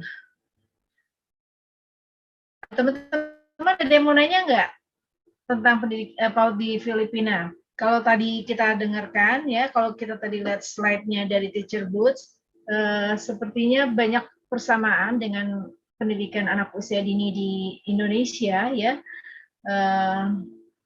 Tapi yang belum ada di Indonesia tadi adalah di sana dilakukan tes ya untuk menjadi guru PAUD, ada tesnya. Sementara kalau di kita belum ada tes untuk menjadi guru PAUD. Benar nggak? Kalau di kita justru turnover dari guru PAUD itu sangat tinggi. Jadi biasanya kalau guru PAUD misalnya kayak sekarang nih kalian semester 6 gitu ya. Semester 6 udah ngajar di TK, terus akhirnya lulus masih ngajar, tapi begitu kalian menikah banyak tuh akhirnya yang berhenti dari mengajarnya. Di Indonesia sih rata-rata seperti itu. Benar nggak? Jadi turnover gurunya itu besar gitu. Teacher Booth, we don't have any test for early childhood teacher.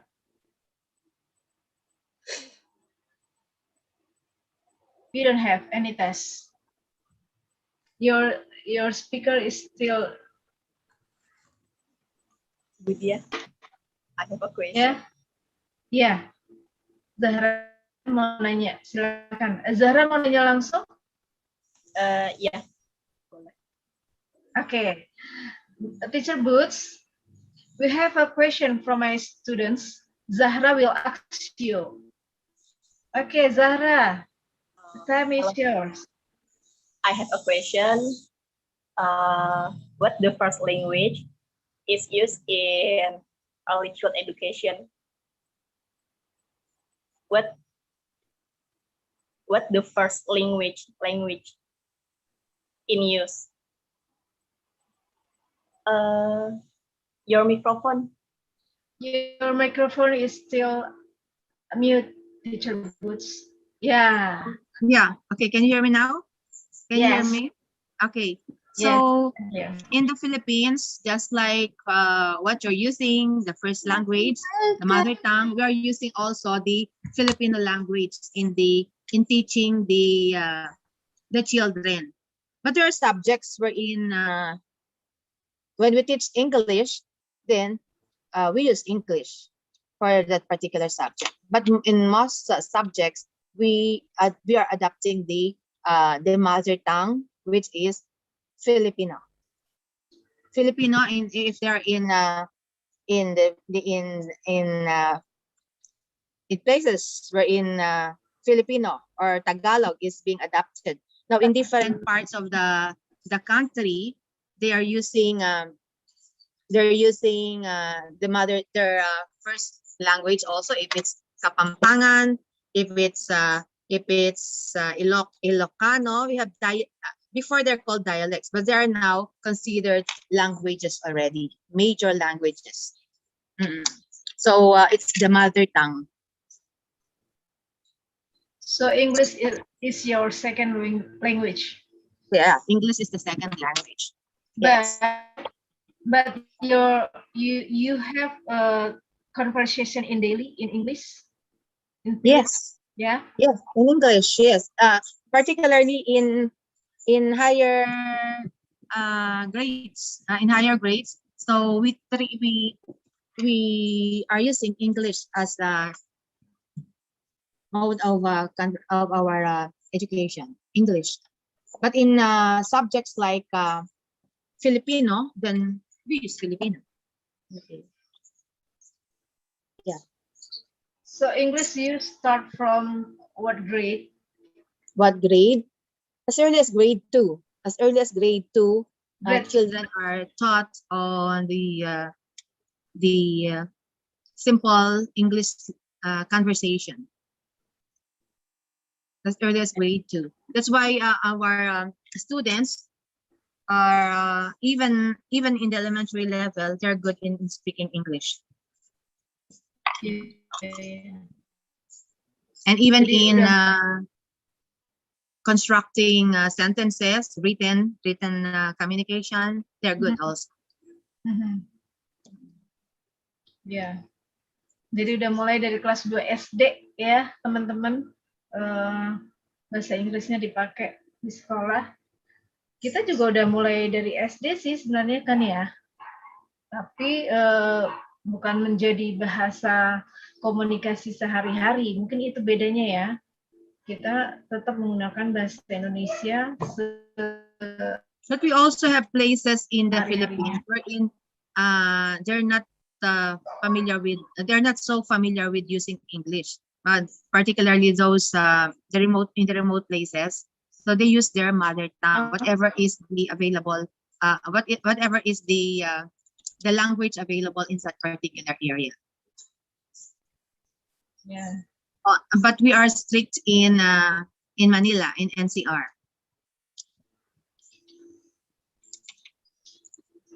Okay. Zahwa, Zahwa. Is that clear, Zahwa? Any more questions? Yes.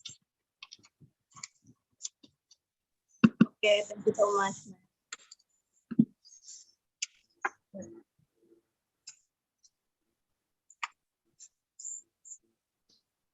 Oke. Ada lagi pertanyaan?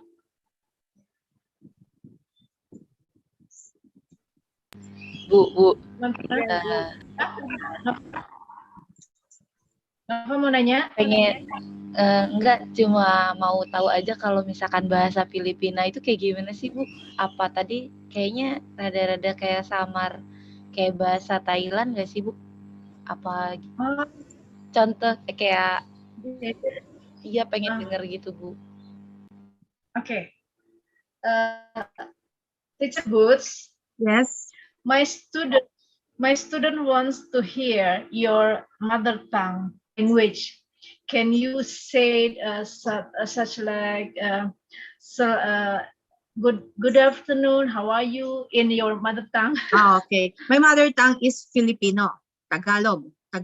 So I would say, magandang hapon. Magandang hapon. That is good afternoon. And then magandang hapon. Magandang araw. Good day. Magandang gabi. Good night. Good evening. Good evening. So magandang is good. Maganda is good. Maganda also means beautiful. It's a beautiful day. Maganda ako. I am beautiful.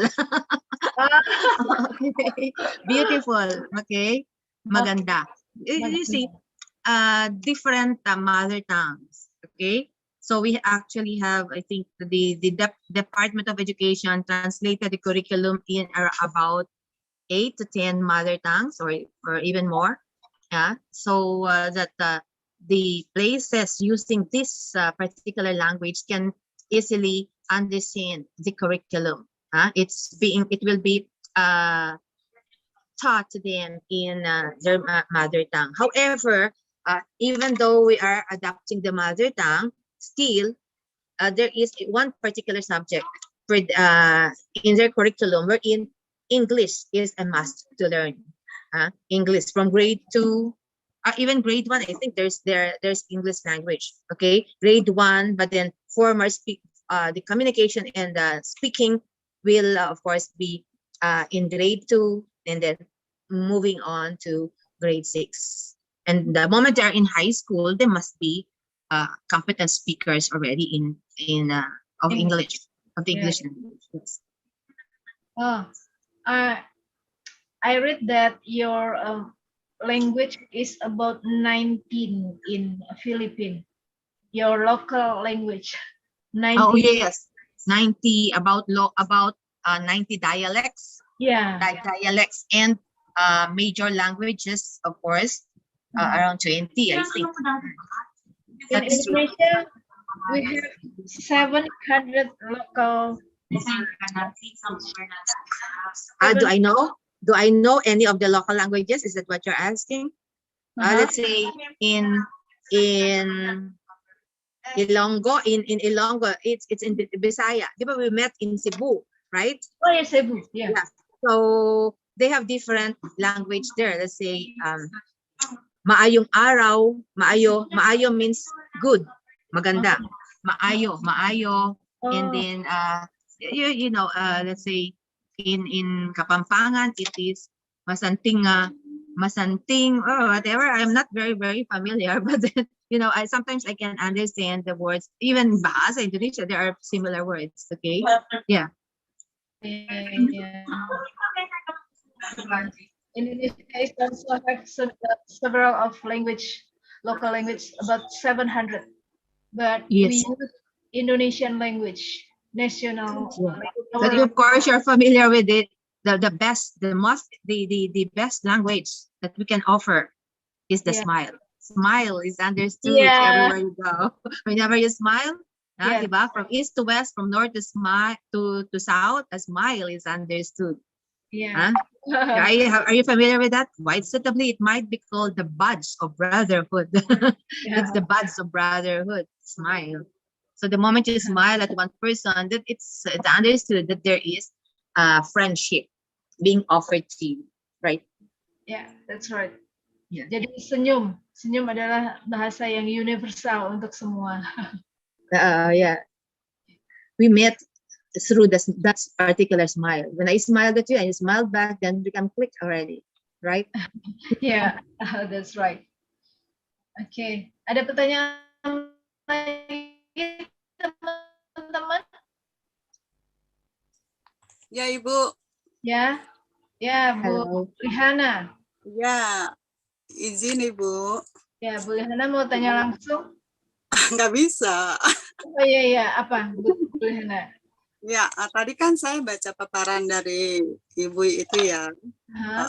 Anak yang kurang beruntung, yang berpartisipasi dalam pendidikan prasekolah, berpeluang lebih menyelesaikan sekolah. Yang ingin saya tanyakan, apakah itu berlaku untuk sekolah negeri atau sekolah swasta, atau hanya negeri saja? Itu aja, Ibu. Terima kasih. Okay, thank you, Bu Liana.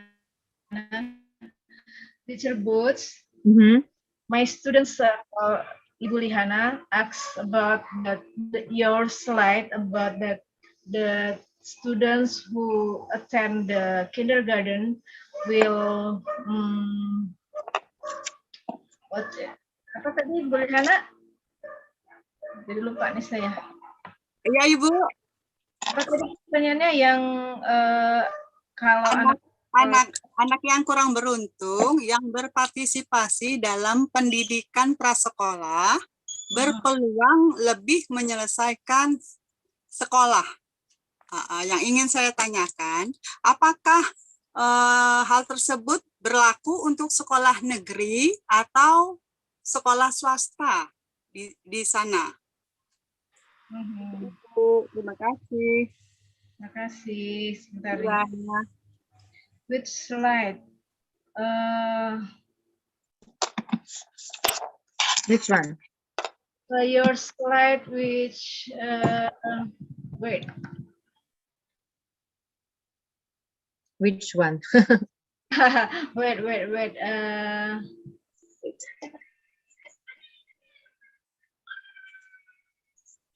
Yeah.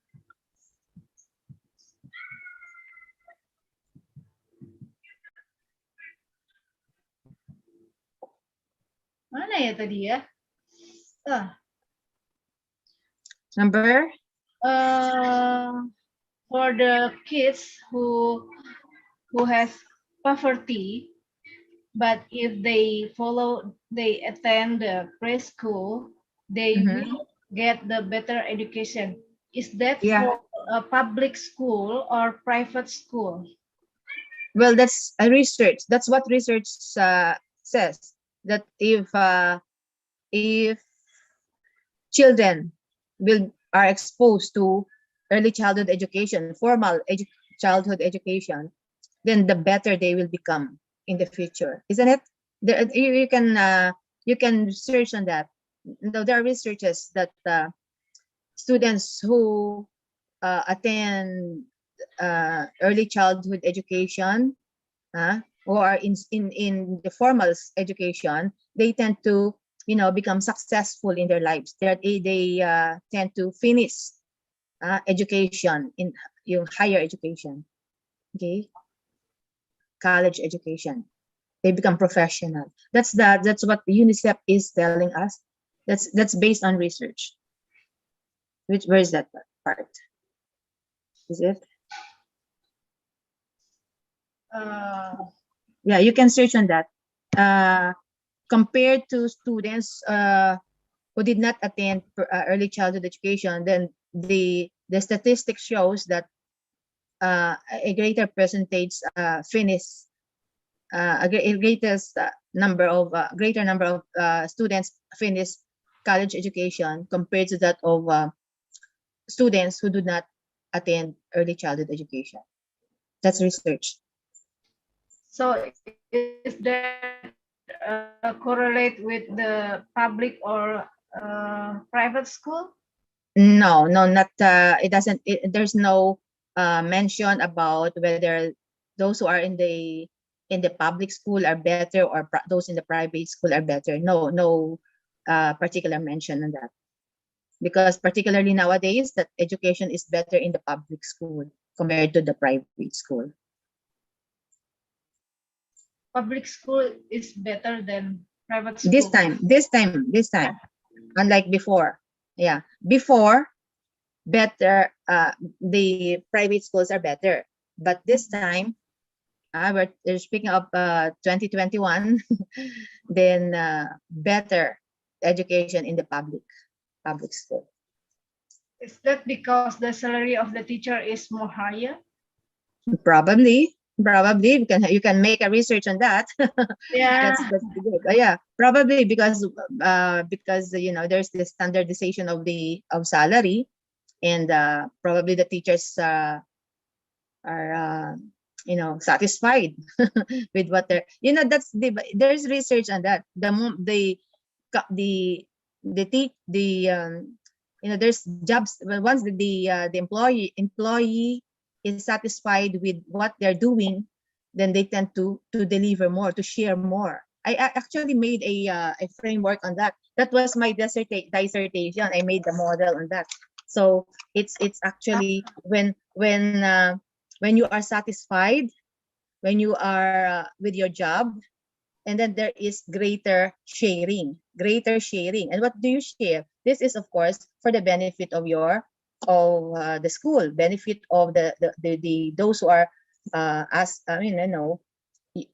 whom you deal with, the students in particular, in our scenario, in our particular scenario.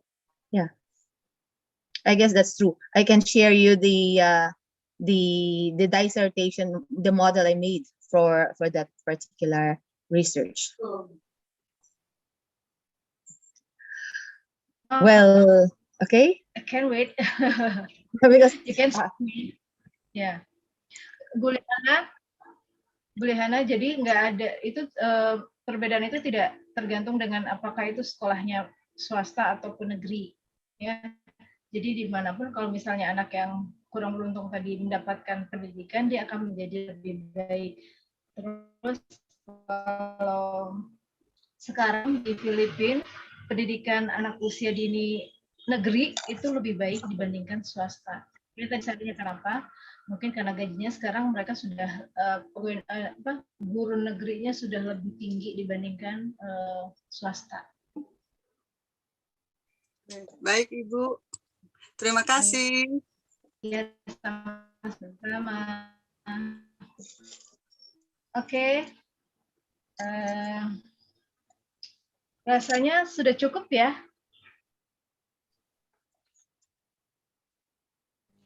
Iya, Ibu. Pertanyaan? Thank you. Nova, udah clear? Oke.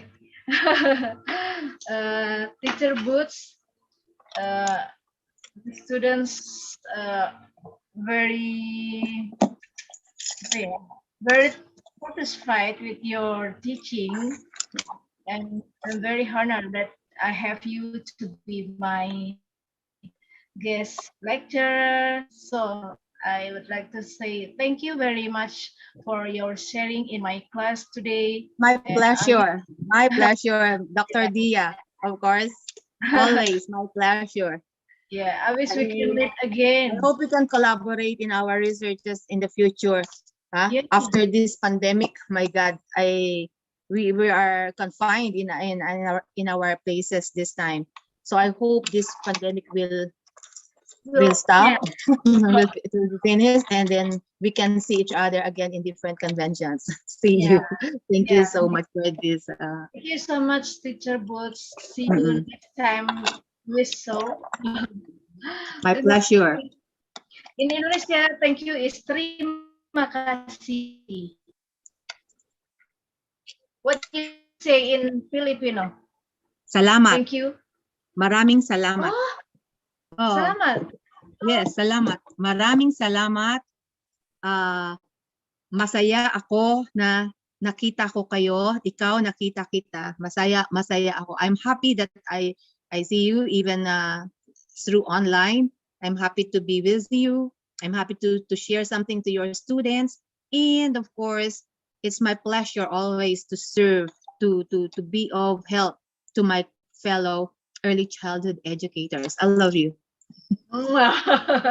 Thank you so much. Oke. Terima kasih banyak untuk semua teman-teman yang sudah hadir di perkuliahan kita yang ke-15 hari ini. Thank you so much for Teacher Boots for give the sharing for us today. Stay healthy, stay safe, and don't forget 5M. What's 5M? Yeah. Wash your hands, and then what? Distance. What? We have 5, and how about you? We have 5. Wash the hands. Sanitize. Yeah. Okay. So it's It's ulan. Ano ba yun? I forgot. It's in the television every day. Laging. Yeah. I will share it to you when we share messages through. Yeah. So I'll see you. I'll have to go to the comfort to the CR now. Okay. I have to. Okay. Bye bye. I'll see you, Dr. Dia. Thank you so much. Bye bye. Tidak. Assalamualaikum warahmatullahi wabarakatuh. Terima kasih teman-teman semua. Waalaikumsalam. Ditutup ya.